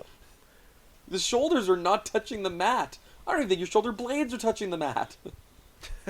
Well, That's just part of the. it is what it is. Part 2, Orton versus Wyatt in the House of Horrors match. Oh. So we see Wyatt pull up with the limousine, and he walks out all stumbling. I swore to God Orton was going to jump out of the driver's seat and attack him. Did not happen. He disappears and starts walking up the steps to walk through the curtains. I'm like, okay, so his music's going to hit and he's going to come through. His music hits, he comes through. He has a lantern in his hand. Who has a lantern? Bray Wyatt. He picked it Where up. did that lantern come from? Was it right between the curtains? Yeah, they had it ready for him. Oh, Here's your man. lantern, Mr. It Wyatt. looked so dumb. They got a lantern guy. I know, but for this one match, he shouldn't have had You the guy. He shouldn't have had the lantern We with need him. a tip a lantern guy. So I don't know. That was kind of weak. Lots of boos from the crowd again. Hooray!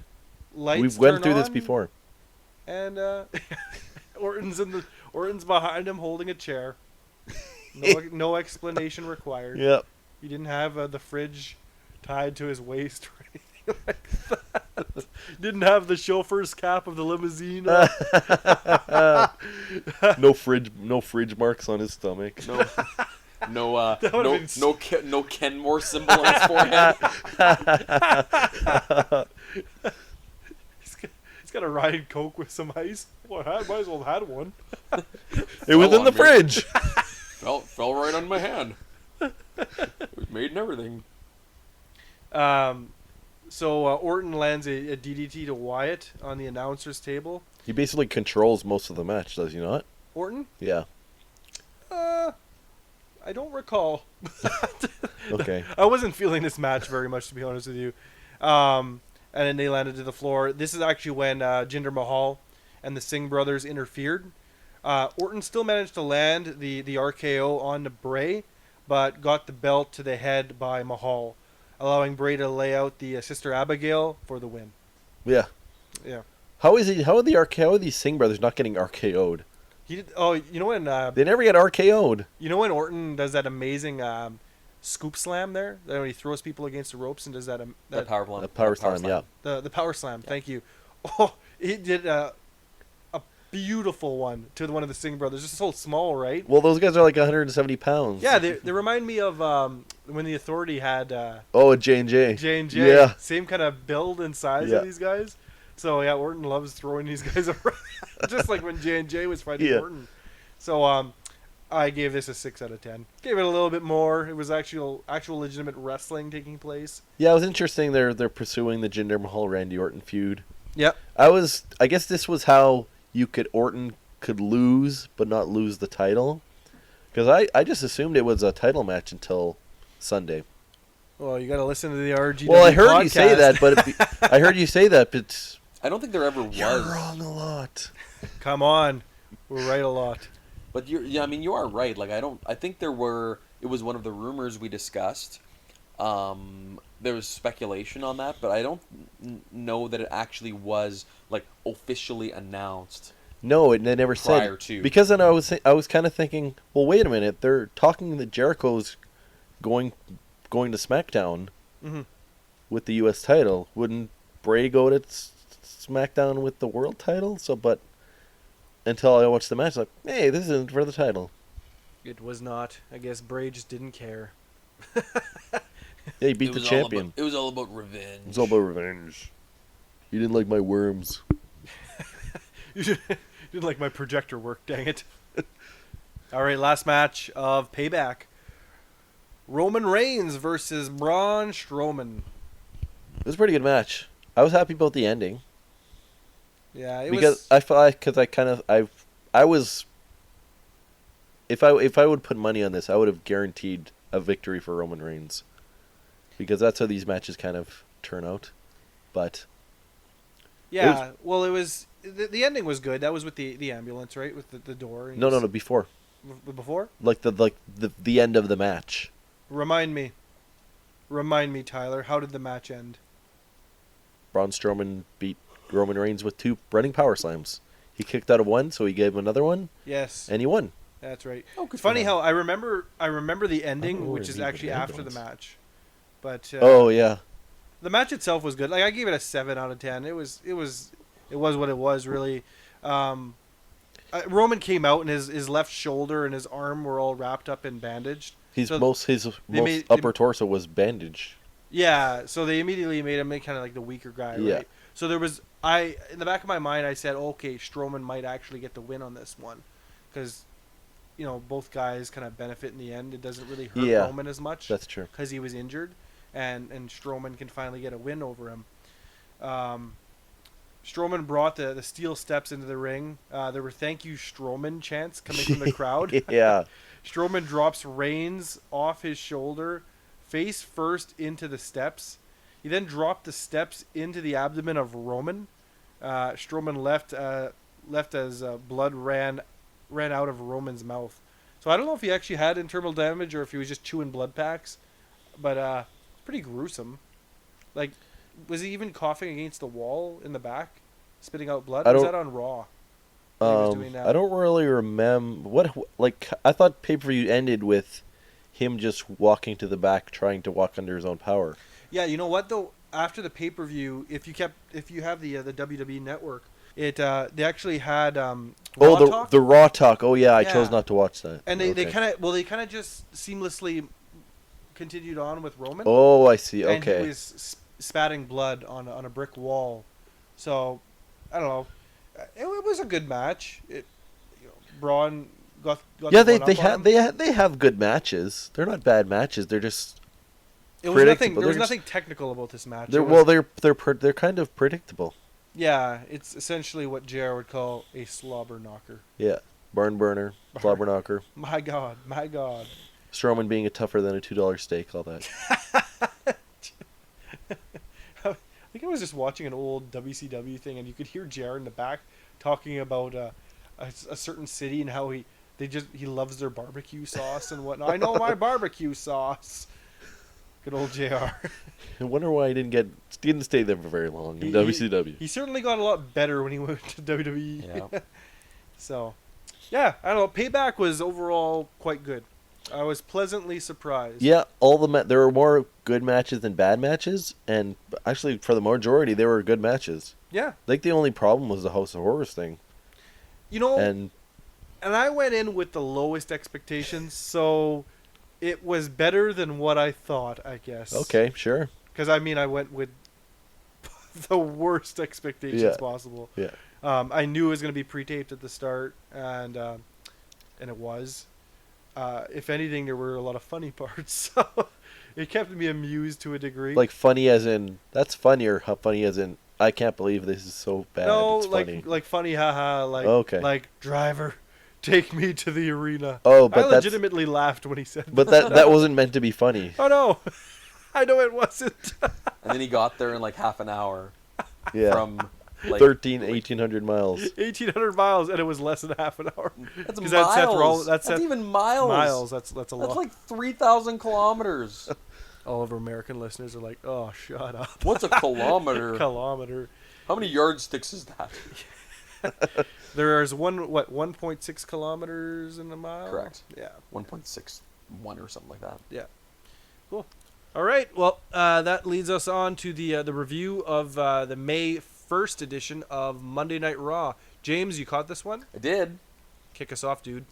All right. One thing, the beginning of the show, and happens every single week, of course, but one thing that struck me was How much do you think they spend on pyrotechnics every week? Oh my god. Oh, I never even thought of that. Like it just seems like it goes on, and it's very robust. And oh my goodness, Couldn't guess. tens of thousands. I'm gonna guess. think Their so? pyro budget is booming. You think it's tens of thousands? Yeah. Okay. Word. Word. No, yeah, gotta be. Yeah. Okay. Tens of thousands. Has to be.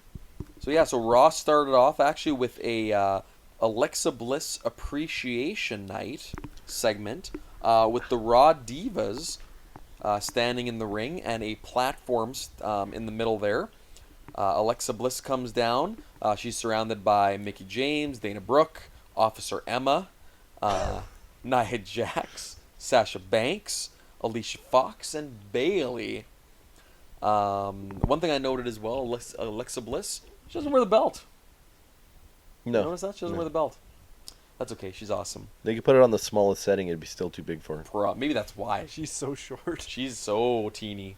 God. When she was looking up at Nia, it's like, oh my god. And Nia is 6 feet, which Isn't is that tall but not crazy tall. Yeah. And it's like, okay, makes her look like a monster. Oh, well, it was so great because then she kind of went around and she kind of said the queen is dead.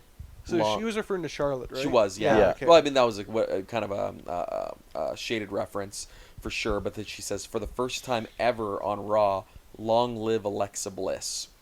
And then she thanks some people. Mickie James, for example. She says, you're an inspiration. And then she compares her to Moolah and Mae Young. Yeah. Her contemporaries. Contemporaries, that's the word, yeah.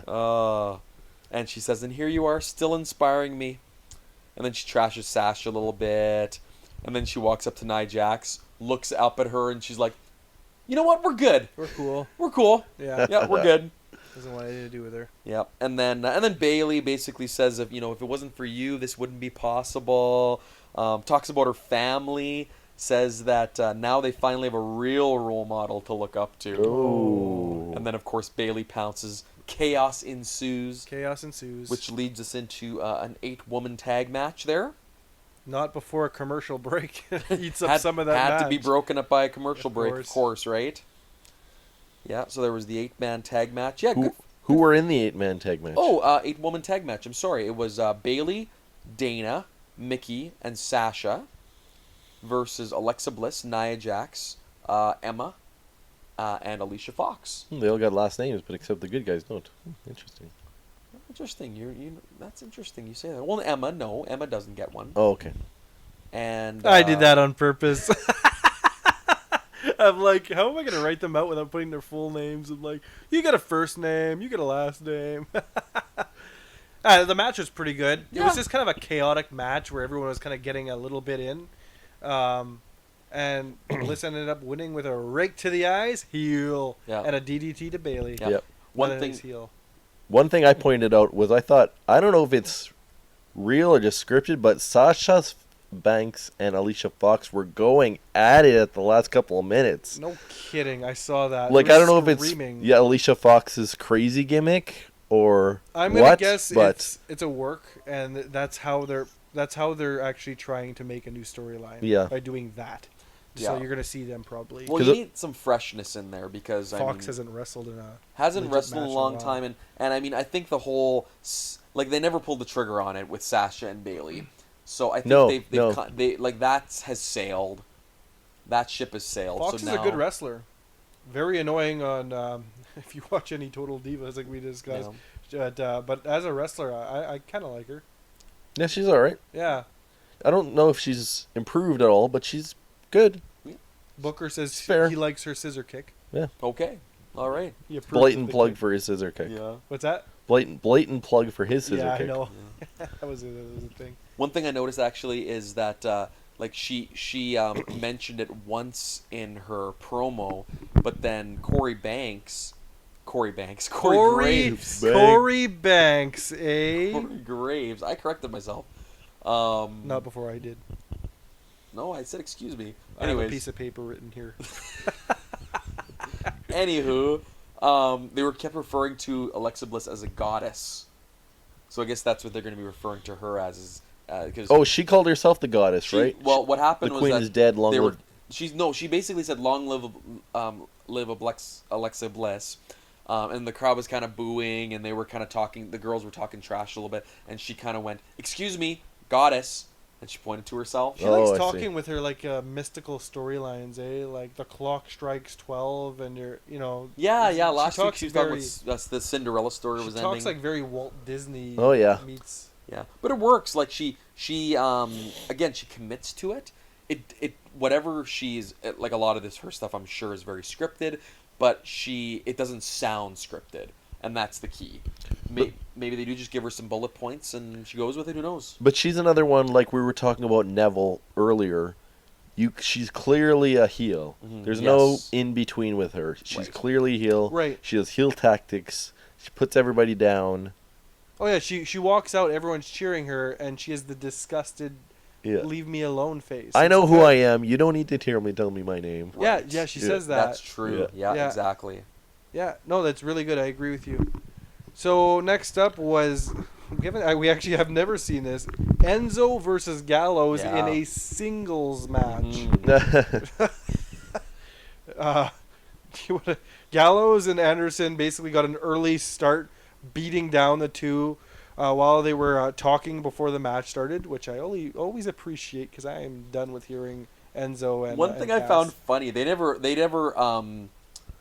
I guess they didn't quite finish their shtick, but one thing that they did was Enzo was doing the you can't teach that, and they panned to some dude in the crowd who was obviously, he was just no, I don't think it was a plant, but he was having a great time.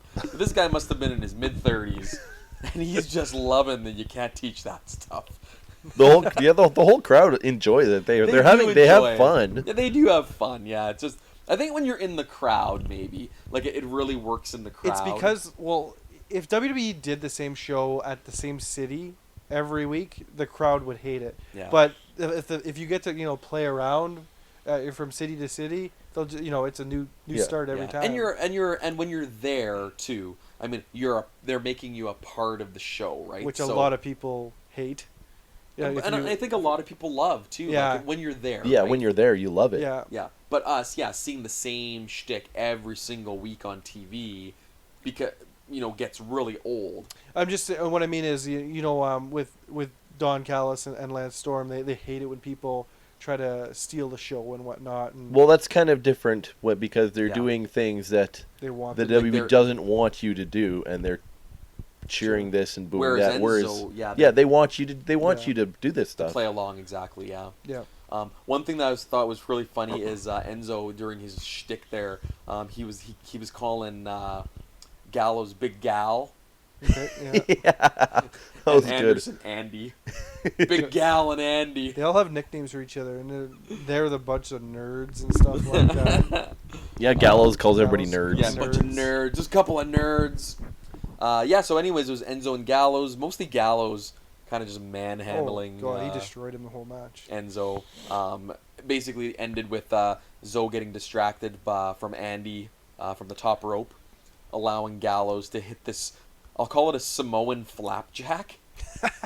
He basically had him in like the Samoan drop, the fireman's carry, and then he like flipped him into basically a flapjack, Okay. belly first, and it was good. You know who did that move? No. Canyon in WCW NWO Revenge. You're right. I totally remember that. You mean the Nintendo 64 video game? You got it. You got it.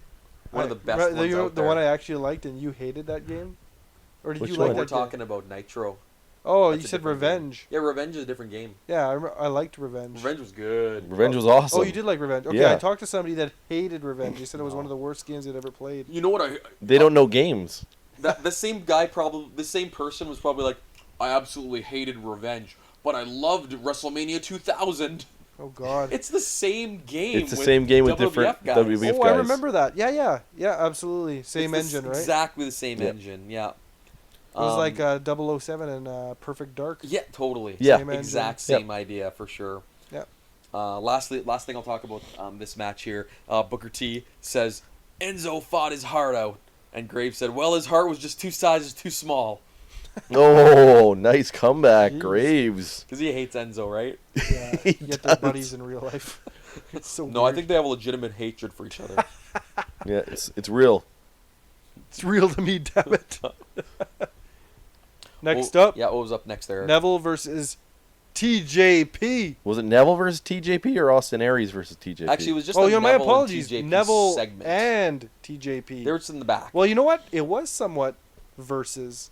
Because there was a little bit of smack. There was a little hostility. A little bit of smack. Yeah. Perkins was somewhat calling out Neville, essentially stating that Neville barely made it out with the belt at Payback. I'm not sure why they were going that direction. Maybe they were just trying to make him a little bit more heelish. Heel on heel? I don't know. Well, And, I think the whole reason that the artist formerly known as TJ Perkins is with Neville is because he wants a title match. So he's Oh. kind of itching for that title match. Okay, interesting. Neville essentially defended himself, stating that Perkins would be facing Aries tonight and recommended he make the most out of his opportunity. He said it all grizzled voice like Neville In does. the amazing Neville voice. So next segment was Seth, Finn Balor, Dean Ambrose, and The Miz. What do you guys think of this one? I liked it a lot. I thought it was a good segment for sure. Yep. Yeah, absolutely. Seth recapped his hardships he had gone through. He reminds everyone that he's beaten Triple H at WrestleMania and got his payback on Samoa Joe at Payback. Seth says that there's only one choice at this stage. He wants the Beast. Crowd woke right up when he They said did. that. Yeah. So did I. I was like, yes. I don't know. Yep. Let's get it. I think Seth is the old Seth that I loved is starting to come back. I feel like it. He's really getting good again. What I like what he mentioned is that he's like I've been to Suplex City and I'm ready to go back. Yeah, I'm not afraid to go back. Yeah. I love that too. I agree. First, Finn Balor comes out explaining his reasons for being number one contender. Dean Ambrose then comes out, but instead of stating a reason for wanting the heavyweight championship, he points out that Brock rarely wrestles. He notes that the Intercontinental Championship belt is the biggest belt on Raw right now, and they should essentially be going after his belt instead. Yeah, well, he basically says he'll, like Brock Lesnar, he doesn't fight very often anymore. Yeah. But he'll fight anyone, anywhere. Yeah. Yeah. And he exactly called the IC belt the number one championship on Raw. Yeah. Miz and Maurice come out. Miz says Dean is an embarrassment as a champion. Miz says he used to defend the Intercontinental Championship belt. Miz said that the Miz used to defend the Intercontinental Championship belt on a nightly basis. No one cares about Dean to the point that he didn't even defend his belt at Payback last night. Which is I didn't very even true. think of that. Very Yeah. true. Jeez. And you know, for out of anyone, I know how much you love that Dean Ambrose barely defends his belt, Tyler. Yeah. Don't like it. Drives you nuts, eh? Mhm. Don't like it. Well, I don't like it when they have two titles or when they're the champion and they're in a title match or they're in a Money in the Bank match, Sure. which is Oh, if they're already champ. if they're already a champion, which is basically what they're doing is taking a big old poop on their current title. Current title. Yeah. Because it doesn't matter, right? And then I found that the three telling the Miz to shut up at the exact same time was really lame, dramatic, and uncomfortable. Did you see that? I did. I didn't feel the same way. I thought it was fine. Oh, it was I- dumb. I They thought- were like, they counted in their heads, like, shut up. Oh, I don't know. I thought it worked. No, it was dumb. Oh, It was really Okay. dumb. It That's was all right. There's really a little bad. Irish flair to it. Yes.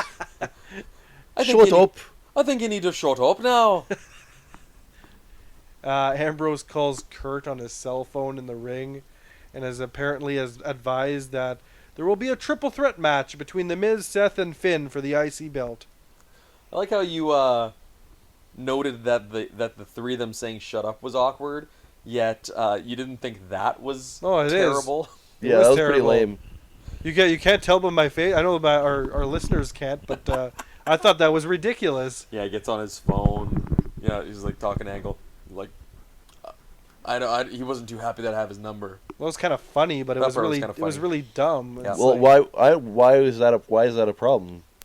For him to call Angle. For him to have his number, shouldn't Angle be a GM you can talk to at any time? You know what? I want Kurt Angle's number. Well, you're not a Raw superstar. Raw superstars should be able to call their boss. You make an interesting point. Kurt don't- Angle should have an open door policy. don't I even know thought if he did. I don't even know if I would call Angle. If I Maybe he was just him. doesn't like Ambrose. Maybe he doesn't want to talk to me.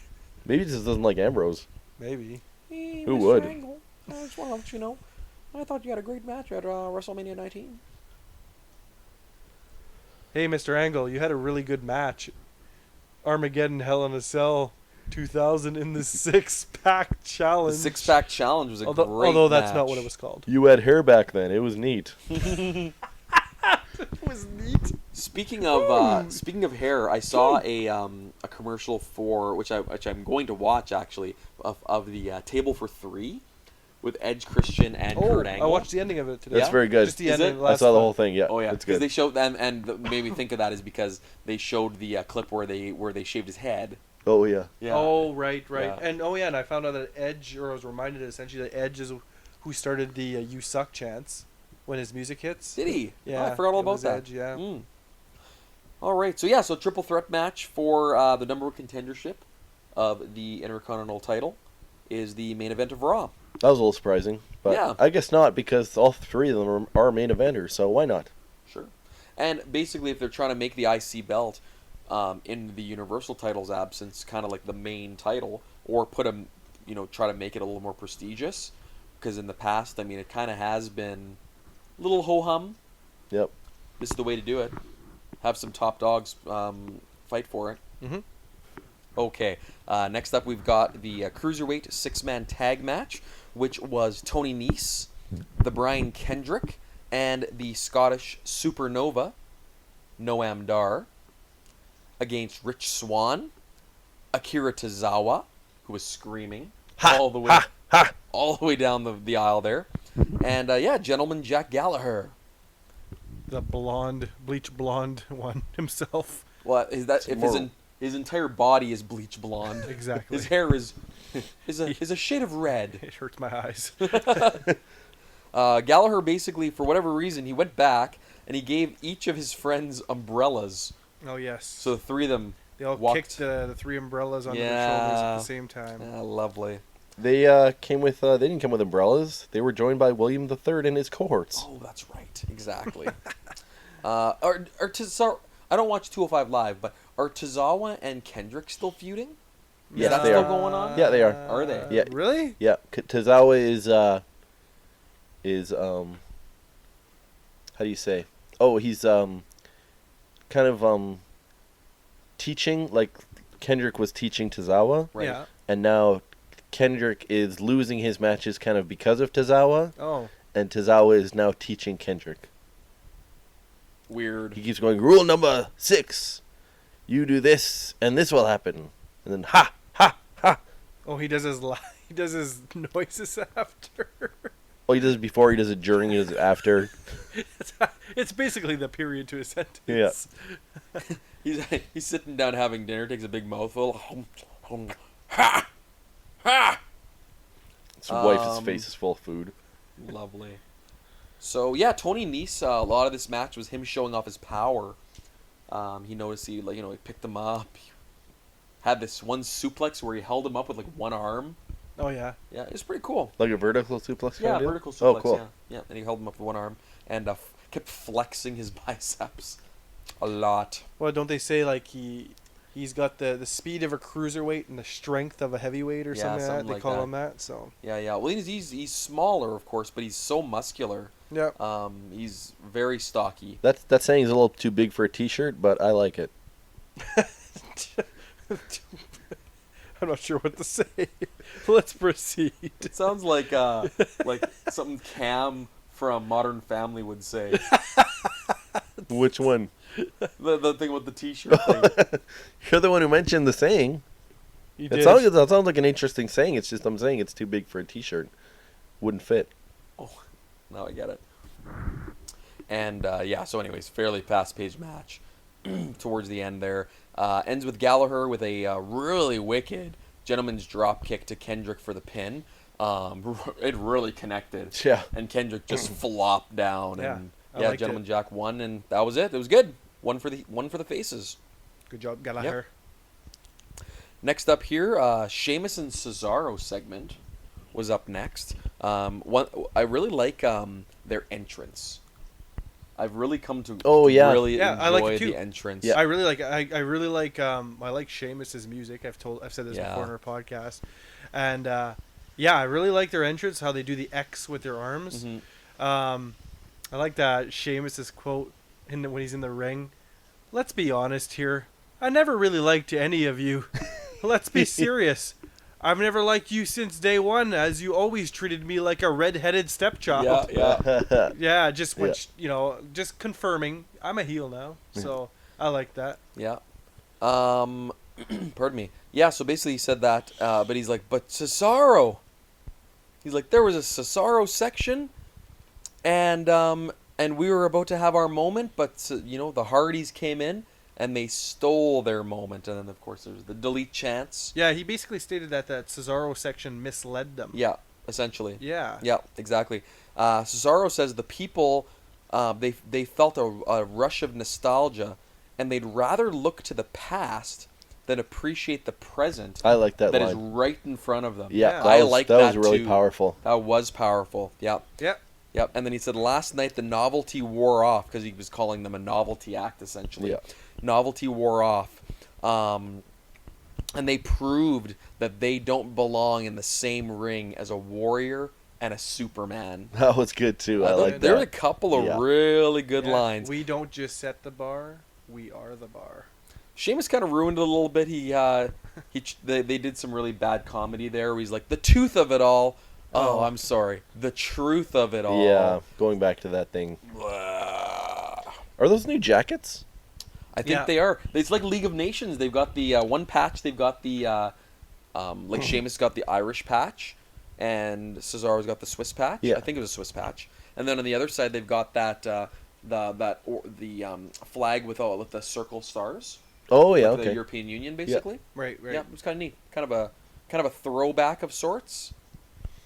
Yeah. But yeah, it was a good segment. The Hardys came down and yacked a little bit, and they both said, "We're going to delete you and charge the ring." Yeah, Did they say we're going to delete you? I think they said something about delete. I don't recall. Then both Matt and Jeff both did the arm cut, like delete. Oh yes. Cut through the air Yeah. with the fingers. I don't think they said the word delete. I don't actually recall now that I'm thinking Yeah. about it, but in any case, it was implied. Yeah. And they ran down, but yeah, the heels retreated. They retreated, and that was the end of that segment. That was that. That was that. What do we have next there? Next up was the Miz, Maurice, and Dean Ambrose segment backstage. I don't know. I found it funny when Ambrose interrupted the Miz's rant, only to ask him if his hair gel gets in his eyes when he wrestles, and if he needs to wear a headband. And he then puts the mic to Miz's mouth for an answer as if it was a legitimate question. And Maurice and Miz just kind of just stare at him like, what? That was your question? Yeah. I don't know. It was kind of a funny little segment, and it was over before Yep. you knew it. I like how after that Miz walks out and Dean Ambrose goes, "Well, this is Mean Dean Ambrose signing off. Gene and Bobby, back to you at ringside." Yeah, I he like was, that he part. was full out comedy act. At That this was good stage. though. Yeah, It was I like those. He did those all when he was. yeah, a couple times throughout Yeah, the night. Yeah, yeah. it was good. Yeah. It was good. Yep. Yeah, I skipped the whole. This is, You talking about the Rhino and Heath Slater, Apollo that, Crews and yes, Titus thank segment? you very much. Yeah, Yes. it was terrible. Basically, in a nutshell, there was child advice, and Titus said not to talk to the enemy. Okay. It was bad. Yeah, child advice because Slater's got how many kids? 12, 13? 12, 7, I don't know. Actually, I remember one thing was he goes like, I got like 8 kids, and then Rhino's like, yeah, that you know of. Wow. Oh. Jeez. Yeah, so that was a really quick. Was he eating his crackers? He was. Okay. Did he have crackers in the ring? I missed Yeah, that too. he's constantly eating crackers with cheese out of a What is can. with that? I don't know. It's funny. Next up was a match between Heath Slater and Apollo Crews. Crews won with a sit-down powerbomb. The match sucked. That is it. Okay. It was a fine match. Sucked. It was terrible. So you liked it? It was a by the numbers Apollo Crews match. You know how our friend there referred to Apollo Crews as the Happy Ahmed Johnson? Okay. He also does the sit-down powerbomb, just like Ahmed Johnson, the Pearl River Plunge. He does that? I No, don't he think doesn't. He does flip him over. He does the Pearl River Plunge was like the Tiger Bomb, right? Where you double hook the legs, double hook the arms. The arms, And- yeah, you flip them over. Yeah, Yeah, and- you're right. and, So the powerbomb part, I guess. Powerbomb part. It's a powerbomb, but it starts and ends differently. Okay. Anywho. And Apollo Crews is nicer. Yeah, well, he's too nice. I think that's what it is. He's Yeah. Too much he's- smiling. Yeah, he's just too... He's bubblegum, as you say. Sure is. Bubblegum babyface. Yeah. I wonder if he's the same as the same problem that Austin Aries has, that he's kind of forcing the niceness and is not really seeing through. Maybe he's a natural heel. Maybe. And I if this heel turn that may happen goes through, maybe it'll be better. Well, I didn't really see him in NXT. Was he a face or was he a heel in NXT? Do you know? I think he was happy to be their face. So but not much difference. But in the Indies, he was a Wuhan Nation or something like that. Was that him? Yeah, that was his name. Yeah. Yes. So I don't remember. I don't know how he was back then. No, I don't So- know anything either about him. Yeah, but no, now he's kissing babies, shaking hands. Yeah, but he's kind of aligning himself with the Titus brand, and Right. Titus is heel. He's heel, so that's kind of the turn. Yeah, he's kind of getting closer and closer with Titus. Right. I don't know if it's going to end up being a match Mhm. or is kind of Titus's new career. Star Maker. I guess we'll see. Star Maker. Yeah. Yeah. Did he steal? He stole that from Kurt Hawkins. That's Yeah, Kurt Star Hawkins. Factory. Star Factory. Man. Star Maker, Star Factory, they're two very different words. Kurt Hawkins. You know you're not going anywhere when your gimmick is, I make other people stars and lose quickly. Well, I thought he was going to be on this week actually because he's been on every week since he's been drafted to Raw. Well, he wasn't on last week either, right? Like he was there, I think, but No, he fought I somebody. think he was in didn't a match last week, yeah. was he in a match last week? Okay. And actually he was in a match that lasted much longer than most of his matches do. Okay. Yeah. I just don't recall who he wrestled against. I think that means that it's probably not working No, because we don't even remember really what he did. maybe he fought Apollo Crews. I don't recall. I think you're right, Yeah. and that's when then Titus came down. Yeah. Yes, you're right. Absolutely. Thank you. Hey, right into that was a perfect segue Perfect. into Kurt Angle. It was like great. Okay, I get it. They're fully affiliated. They have the same name, Kurt. Very similar. They must be brothers. So anyways, Kurt Angle comes out, and he says that Roman versus Braun was one of the most physical matches he's ever seen. That was almost an insult when he said that, but all right. He never watched the six-pack challenge match He should have. Then he would have seen him in his own glory. on the WWE Network. Is it on there? Probably. All pay-per-views are, so I should watch that a couple Yeah. hundred times. on a continuous loop. Rikishi falls off the cage into Should loop that. into a flat bed of hay. It's amazing. Highlight of the night. Oh, there's many highlights in that match. Basically talked about going back to Kurt Angle. Both men are injured. They're not here tonight. Talked about Roman Reigns re-injuring his shoulder and having many internal injuries. And His feelings are hurt. Yeah, I guess so. That is internal. And Braun Strowman tearing his rotator cuff. Yet he'll be just fine soon enough. His cuff is unrotatable. They really underplay these injuries, I find. When's Extreme Rules? June? Oh, his rotator cuff will be perfectly fine by then. You know, Yeah. It's just a minor injury, right? No big deal at all. Put some aloe on it. some Some aloe vera. Isn't this used for sunburns? Nah. It'll be just fine. Heals sunburns as well as rotator cuff injuries. Look at my cup. It's fully rotatable now. Thanks, Aloe. It rotates better than it did before. Before it only rotated 180. Now look at this. Where's the aloe? Sir, you really shouldn't be injecting that into your muscle. Ow! Ow! Ow! My girlfriend's gonna kill me. Oh my. So yeah, so anyways, Wyatt comes down. Bray Wyatt, if that is, comes down. Just to specify, in case you were wondering if it was potentially another Wyatt. That was Cowboy Bill Wyatt. That considering that person doesn't exist. If you say it Watts like Wyatt, it does. I skipped a lot of this actually.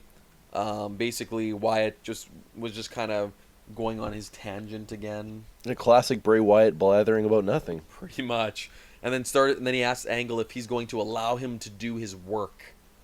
And he says to Kurt Angle, "You can either walk by my side or are you going to stand in my way?" Angle says he has no idea what he has planned, but you remember, this is my show. Bray Wyatt laughs and says, "This might be your show, but this is my world." And that was the end of that segment. Certainly was. Next segment, here was Dean Ambrose shows up in Rollins' locker room, and he's like, "What are you doing here?" And Ambrose says, "Oh, we're doing an interview." He says, "No one told me about this." He says, "Well, there's cameras in here. It'd be weird if there was cameras and no interview in the locker room." They do that all the They're time. pretty goofy, those two. They kind of they had some chemistry Had together. some chemistry, yeah. They did for sure. You kind of feel the old Shield vibe. Yeah, Shield days. So so there was lots of back and forth there. They kept talking to each other in the third person. Yes, I noticed that. Now it was kind of funny. It's weird when you think of it. These two had such a heated rivalry. Remember that cage match they had, or was it a cell? It was a Hell in the Cell, I think, wasn't it? That was a really good match. Was it a Hell in the Cell or was it They the were cage hanging match? It was Hell in the Cell. They were hanging off the side. Oh, you know what? That was the match. It was an amazing Hell in the Cell match. Yep. Yeah. It was probably match of the year, and then Bray Wyatt came in and ruined it. That's With right. that 3D image kind of thing, right? Reflection thing? Something like that. Bray Wyatt. Oh, yeah, we'll get to that. But, yeah, he keeps ruining matches. Dang it. Ruin everything. More like the ruiner of worlds. Yeah. Man. Bray Wyatt. Fridge man. You know what happens, Bray Wyatt? Oh, no. When you come in and ruin matches, you know what happens? No, When don't you do ruin it.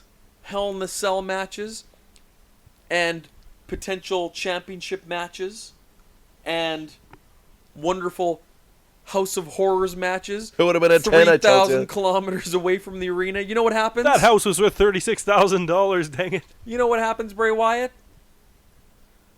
You just made the list! Amazing. Woot.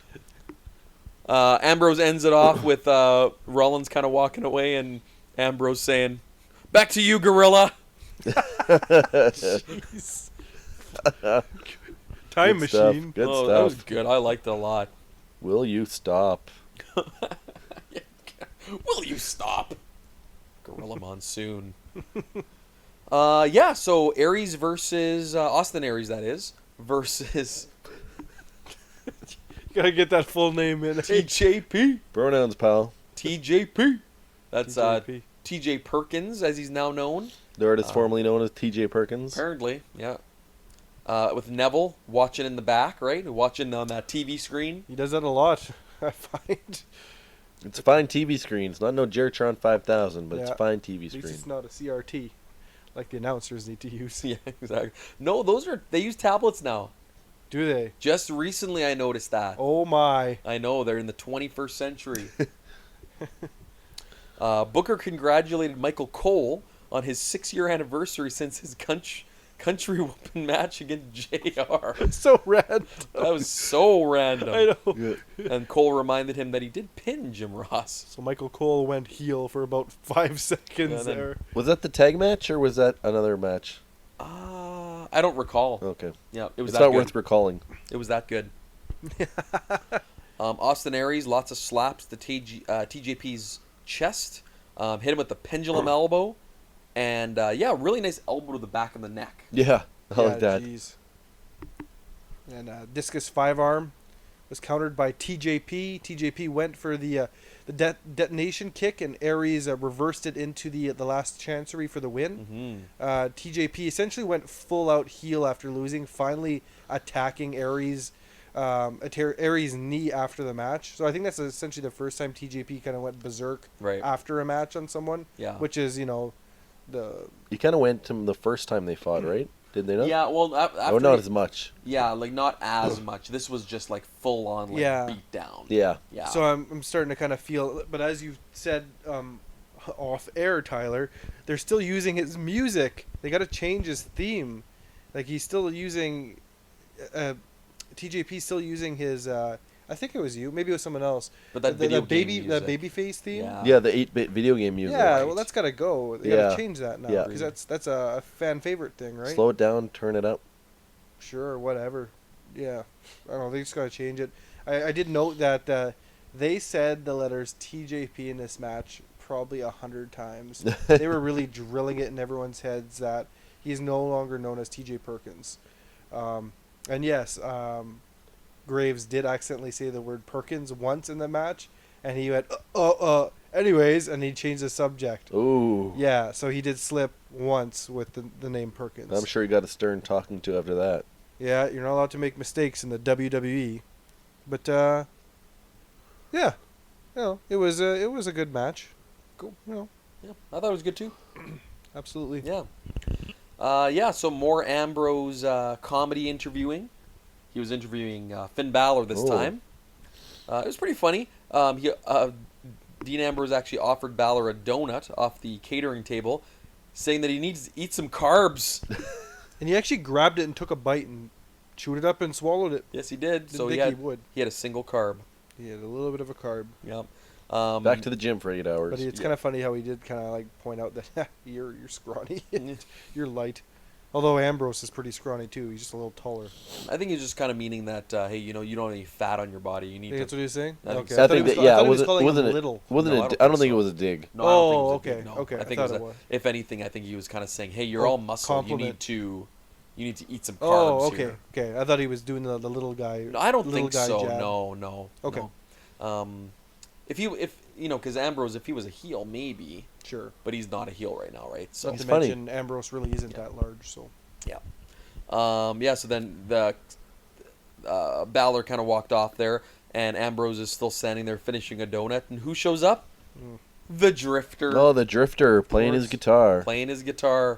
Ambrose asks him if he knows any Pearl Jam. Said nothing and walked away. Just basically walked away with the guitar. No reply. No. He kind of looks like Luke Harper and Macho Man Randy Savage. He that does guy. look a little bit like Savage. He looks pretty beastly. Yeah. Walking around with that guitar. Big arms. He has big arms, yeah. Yeah. Yeah. I wouldn't say he looks like Luke Harper, but I agree with the more savage than Harper. I just think because he has a bigger beard. Yeah. Anyone with a big beard looks like Luke Harper. Well, maybe they'll actually do something really interesting with him. Maybe. And maybe not. No. Who knows? Elias Sampson. Yep. Has he been on SmackDown as well, or just Raw? Just Raw. Okay. So he's a Raw wrestler. Yeah. Hasn't wrestled yet, so I don't know if he's actually a wrestler or not, but. So yeah, next segment here, we've got Kurt Angle in the back with Goldust and R-Truth. Ooh. Yeah.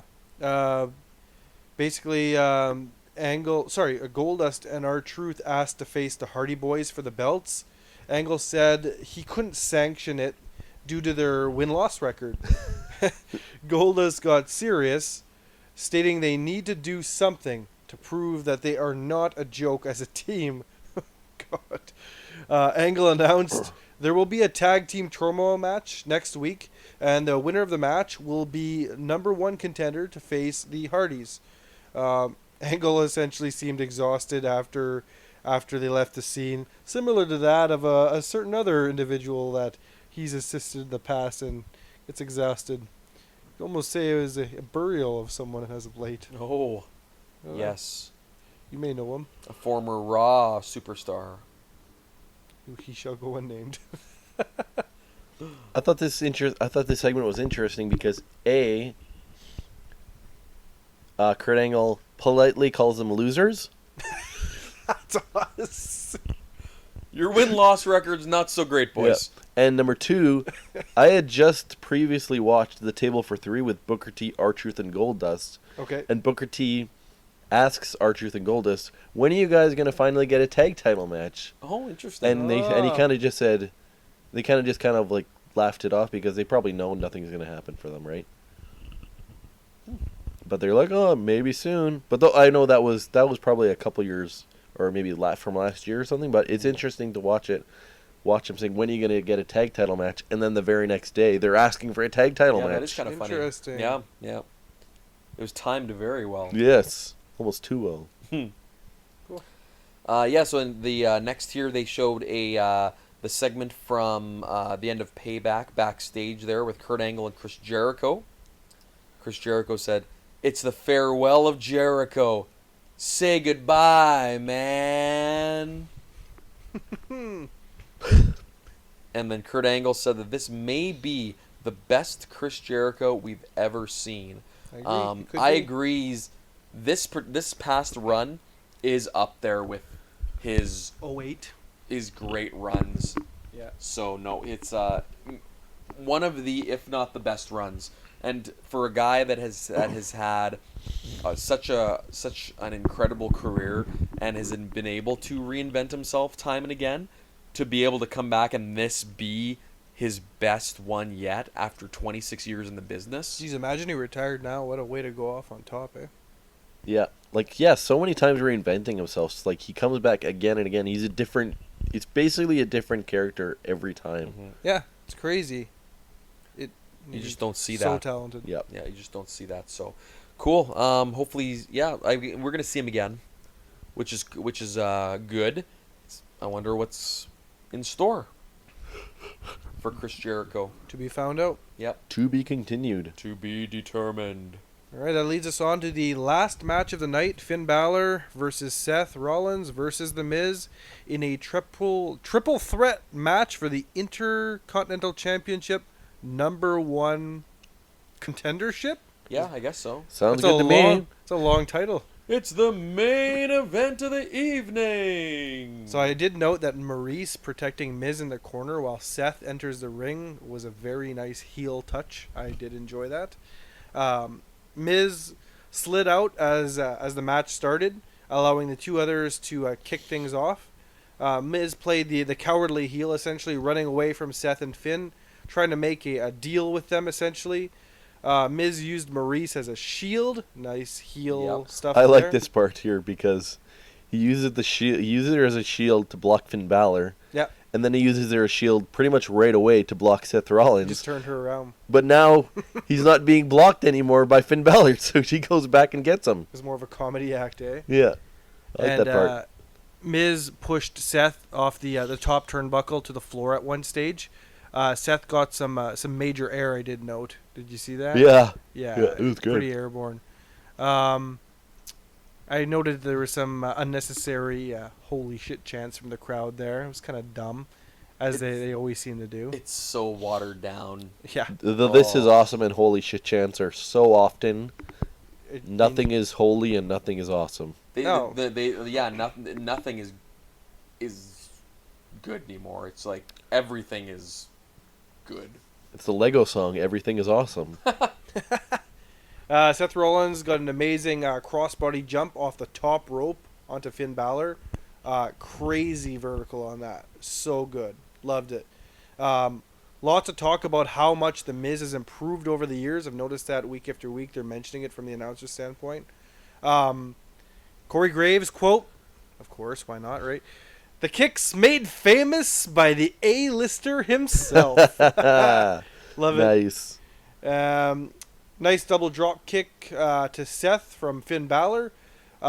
Finn with a nice enziguri to Miz, sitting on the top turnbuckle, sending him crashing to the ground. And Finn, well, he's on a roll at this stage, then did a very stiff-looking soccer kick to Miz's face while running on the side apron. Graves mentioned that Miz may need to get in touch with Jeff Hardy's dentist. That side of the apron. Good Nice. thing it's made of brass. Balor then ran around the ring and did a running double drop kick to Seth, sending him into the barricade, similar to that of how Roman Reigns kind of runs around the ring and does that stupid kick thing on the side. Drive-by. The drive-by. Thank you. You're welcome. Balor then landed his move, the 1916 is what they called it, to Seth in the ring. That's the first time I've ever heard him call him that. Yeah, apparently What he hasn't. was it? He hasn't. I don't know what it was. It was very unique, and apparently he hasn't used it for a very long time. So I'm guessing NXT is when he used to use it. Yeah, I don't remember what he did actually. What did he do? Was it? It wasn't the running drop kick, was it? No, it wasn't. No, it was okay. a standing finisher in the ring. Okay. More "This Is Awesome" chants from the crowd. Miz dragged Finn's. Oh wait. Oh yeah, Miz. Very heel. Miz dragged Finn crotch first into the corner post. You don't see that a lot anymore, right? No. That's very passe. And Miz landed a nice DDT onto Seth in the ring for the 2 count. I liked how Miz was really focusing on Seth's bad knee, laying in the figure 4 leg lock. And there was an extremely sweet exchange of kicks between the three at one stage in the ring. Seth got a 2 count on Finn after a super kick. Seth Rollins then got a wicked double. They called it a double block bust. Double blockbuster flipping reverse neck breaker. Oh yes. Uh, Shades of Buff the Stuff. Yeah, that's right. Yeah. I don't know if he hit one of them. He hit kind of one of them, but he didn't hit both of them together. Yeah, James was mentioning when I was talking about Ember Moon. He says that it reminds him of that as well. Oh yeah, similar. Similar to her finisher. And then I guess it was Seth. He got a crazy vertical frog splash to Balor, Oh yeah. which was really nice. Man, Rollins was on fire at this Yeah. stage. Like this was old school Shield Rollins. He was showing a lot of intensity. Yeah. Loved it. Yeah, That's that was that's great the stuff. Seth Rollins I Yeah. love. Mhm. Intensity and high flying, and he's the bigger, more powerful guy compared to Balor. You know, it was really cool to watch. I like when Seth does that double superplex. Oh yeah, yeah. Where he does his superplex and then stands them both up and does like another superplex. Yeah. Other suplex. Yeah. Makes the superplex look like devalues it a bit, Sure. but still Yep. looks awesome. Yeah, and then Rollins pushes Balor out of the ring, sees Miz on the top turnbuckle getting ready to jump. Seth runs to the top where Miz is, does an amazingly crazy superplex to Miz, then immediately follows up with a Falcon Arrow. Oh, that's the one. Yeah. that that's was it, yeah, so the Falcon good. Arrow. So he I forgot. hits it and then he rolls through, still hooking on, and then hits him with the Falcon's arrow. Yeah. At this stage, I was like freaking out. I'm That's like, I killer. was like, this is 10 out of 10. I was like, this is crazy. Then some rightful holy shit chants were coming from the crowd. That's when you want to hear it, in my opinion. But yeah, again, it's damaged. It means nothing nowadays. Seth with a suicide dive through the ropes, of course, to each guy's. His speed and energy at this stage reminded me of when Seth was in the Shield, I did note. Samoa Joe then interferes, landing the, how do you say it again? Insugami or... Uranagi. The Uranagi? Yeah. Oh, right. Yeah, I wrote it wrong. The Uranagi. Insaguri is like that standing back Yeah, kick. that's what... Yeah, Jericho uses it a lot. And Miz and Finn then go at it in the ring. Finn is about to jump off the top turnbuckle onto Miz. Wyatt's music hits, and he interferes, landing Sister Abigail on Balor, allowing Miz to pin Balor for the win. I was honestly going to give this match a 10 out of 10, and for every interference, I took half a point off. So... this match was strong regardless of the 2 interferences. I gave it a 9 out of 10. I don't know. Amazing match. It'll probably still make, those cheap WWE DVDs they sell every year, Best of Raw and all that. I'm sure it'll be on there. Yeah. Because that was a good one. Yeah, it was good. Very I figured Miz was going to win the match, good. Yeah, it makes sense. but I didn't know how. And it was a good way to... When you got 2 faces and a heel, yeah. It was a good way to continue the storyline for Samoa Joe and Seth, because the way it ended at Payback, you knew it wasn't going to be finished. Sure. And throughout the last few weeks, we've seen Bray Wyatt send mysterious messages to Balor, so we probably thought that was going to happen. That's right. Yeah, I did not forget about that. That's for sure. Cool. All right, well, that was Raw. That was Raw. It was good. Payback was good. That leads us on to our the classic Raw S&M. Best match, pretty obvious, of course. Enzo and Gallows. Enzo's Gallows, sure. Yeah, of course, last match for me. The 3-man match. You guys, I'm assuming it's... Yeah, triple threat. I agree. Yeah, I'd go with the triple threat match for sure. Cool. How about worst match? Probably the Aries and Neville match. Just because I've seen them on 205 Live have better matches, and this one wasn't as good. So you Slater and Apollo Crews and Enzo and Gallows didn't beat that one? No, Gallows is awesome, and so is Cruz. Oh, those matches sucked. But Well, I didn't think Enzo and Gallows was terrible. Gallows did a lot of manhandling, and Enzo he sells like a champ. But he yeah, can't, no, but he can't wrestle and all. I that. gotta Okay. say Cruz.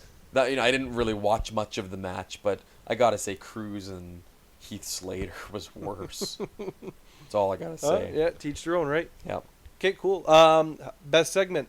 My pick, Sheamus and Cesaro. That was my favorite. Then I'd say Seth, Balor, Ambrose, Miz segment. Mhm. But I really liked Sheamus and Cesaro segment. It was really entertaining. They did a good job. Yeah, probably a tie between that one and the very first segment with the women and Alexa Bliss. Yeah, That was a good one I too. was That gonna was say good the with women's segment yeah. I really enjoyed. Yeah, probably. Yeah, all three of those segments were actually really, really good. I don't necessarily know if I can. There's been a lot of good segments, James? Yeah, I don't know if I can necessarily pick between the three of them. I think those three were Sure. good. A tie. They were good. A three-way tie. Sure. What was the worst segment? Were there any? Yeah. Rhino and Slater, Oh. Apollo Crews, and Titus Oh, segment. poor Apollo. Sorry, Yeah. The Apollo. burial of Apollo Crews. Oh, yeah. The burial of Apollo Crews. I have to bury somebody every... You heard it here first. That's who's gotten buried this year. This week, RGW podcast brought to you by the burial of Apollo Crews. There's a burial every week, nearly. Yeah, I gotta say I didn't see a lot of that segment, but it seemed terrible. Well, it was just such a filler. Slater talking about how many kids he has and whatnot, giving legitimate child advice, and then Titus running in telling Cruz not to listen to them. It was just ridiculous. I'm gonna go with Kurt Angle, Bray Wyatt, because Bray Wyatt's incessant blathering about nothing. Yeah. Nobody knows what he's talking It's about. nonsensical. They just, I don't know if they. I don't know. Can you imagine if this is scripted? It can't be, right? Hey, as good as Angle is, not all of his segments over the last couple of weeks have been amazing. No. Some of them are bad. This one's definitely not his fault. So. No. I'm not saying. I'm just saying the segment he is in Oh yeah. isn't always good. Sometimes they're awkward and whatnot, and sometimes they're good. Yep. But and man, he's got to lay off on the tanning bed. He is red. He is. Yeah, he is Jeez, definitely. He doesn't need to be that red. He wasn't even like that when he used to wrestle. No. Why Even, is he doing even this? Donald Trump's like, "Whoa, buddy." Nice. Little Trump reference to end off the show this week. Oh, Thank yeah. you very much. Thank you, Red Angle and Donald Trump. Red and orange. All right. Anything else, guys, you'd like to discuss before we turn off the lights for the evening? No. I think we're good. Yeah, turn out the lights. The party's over.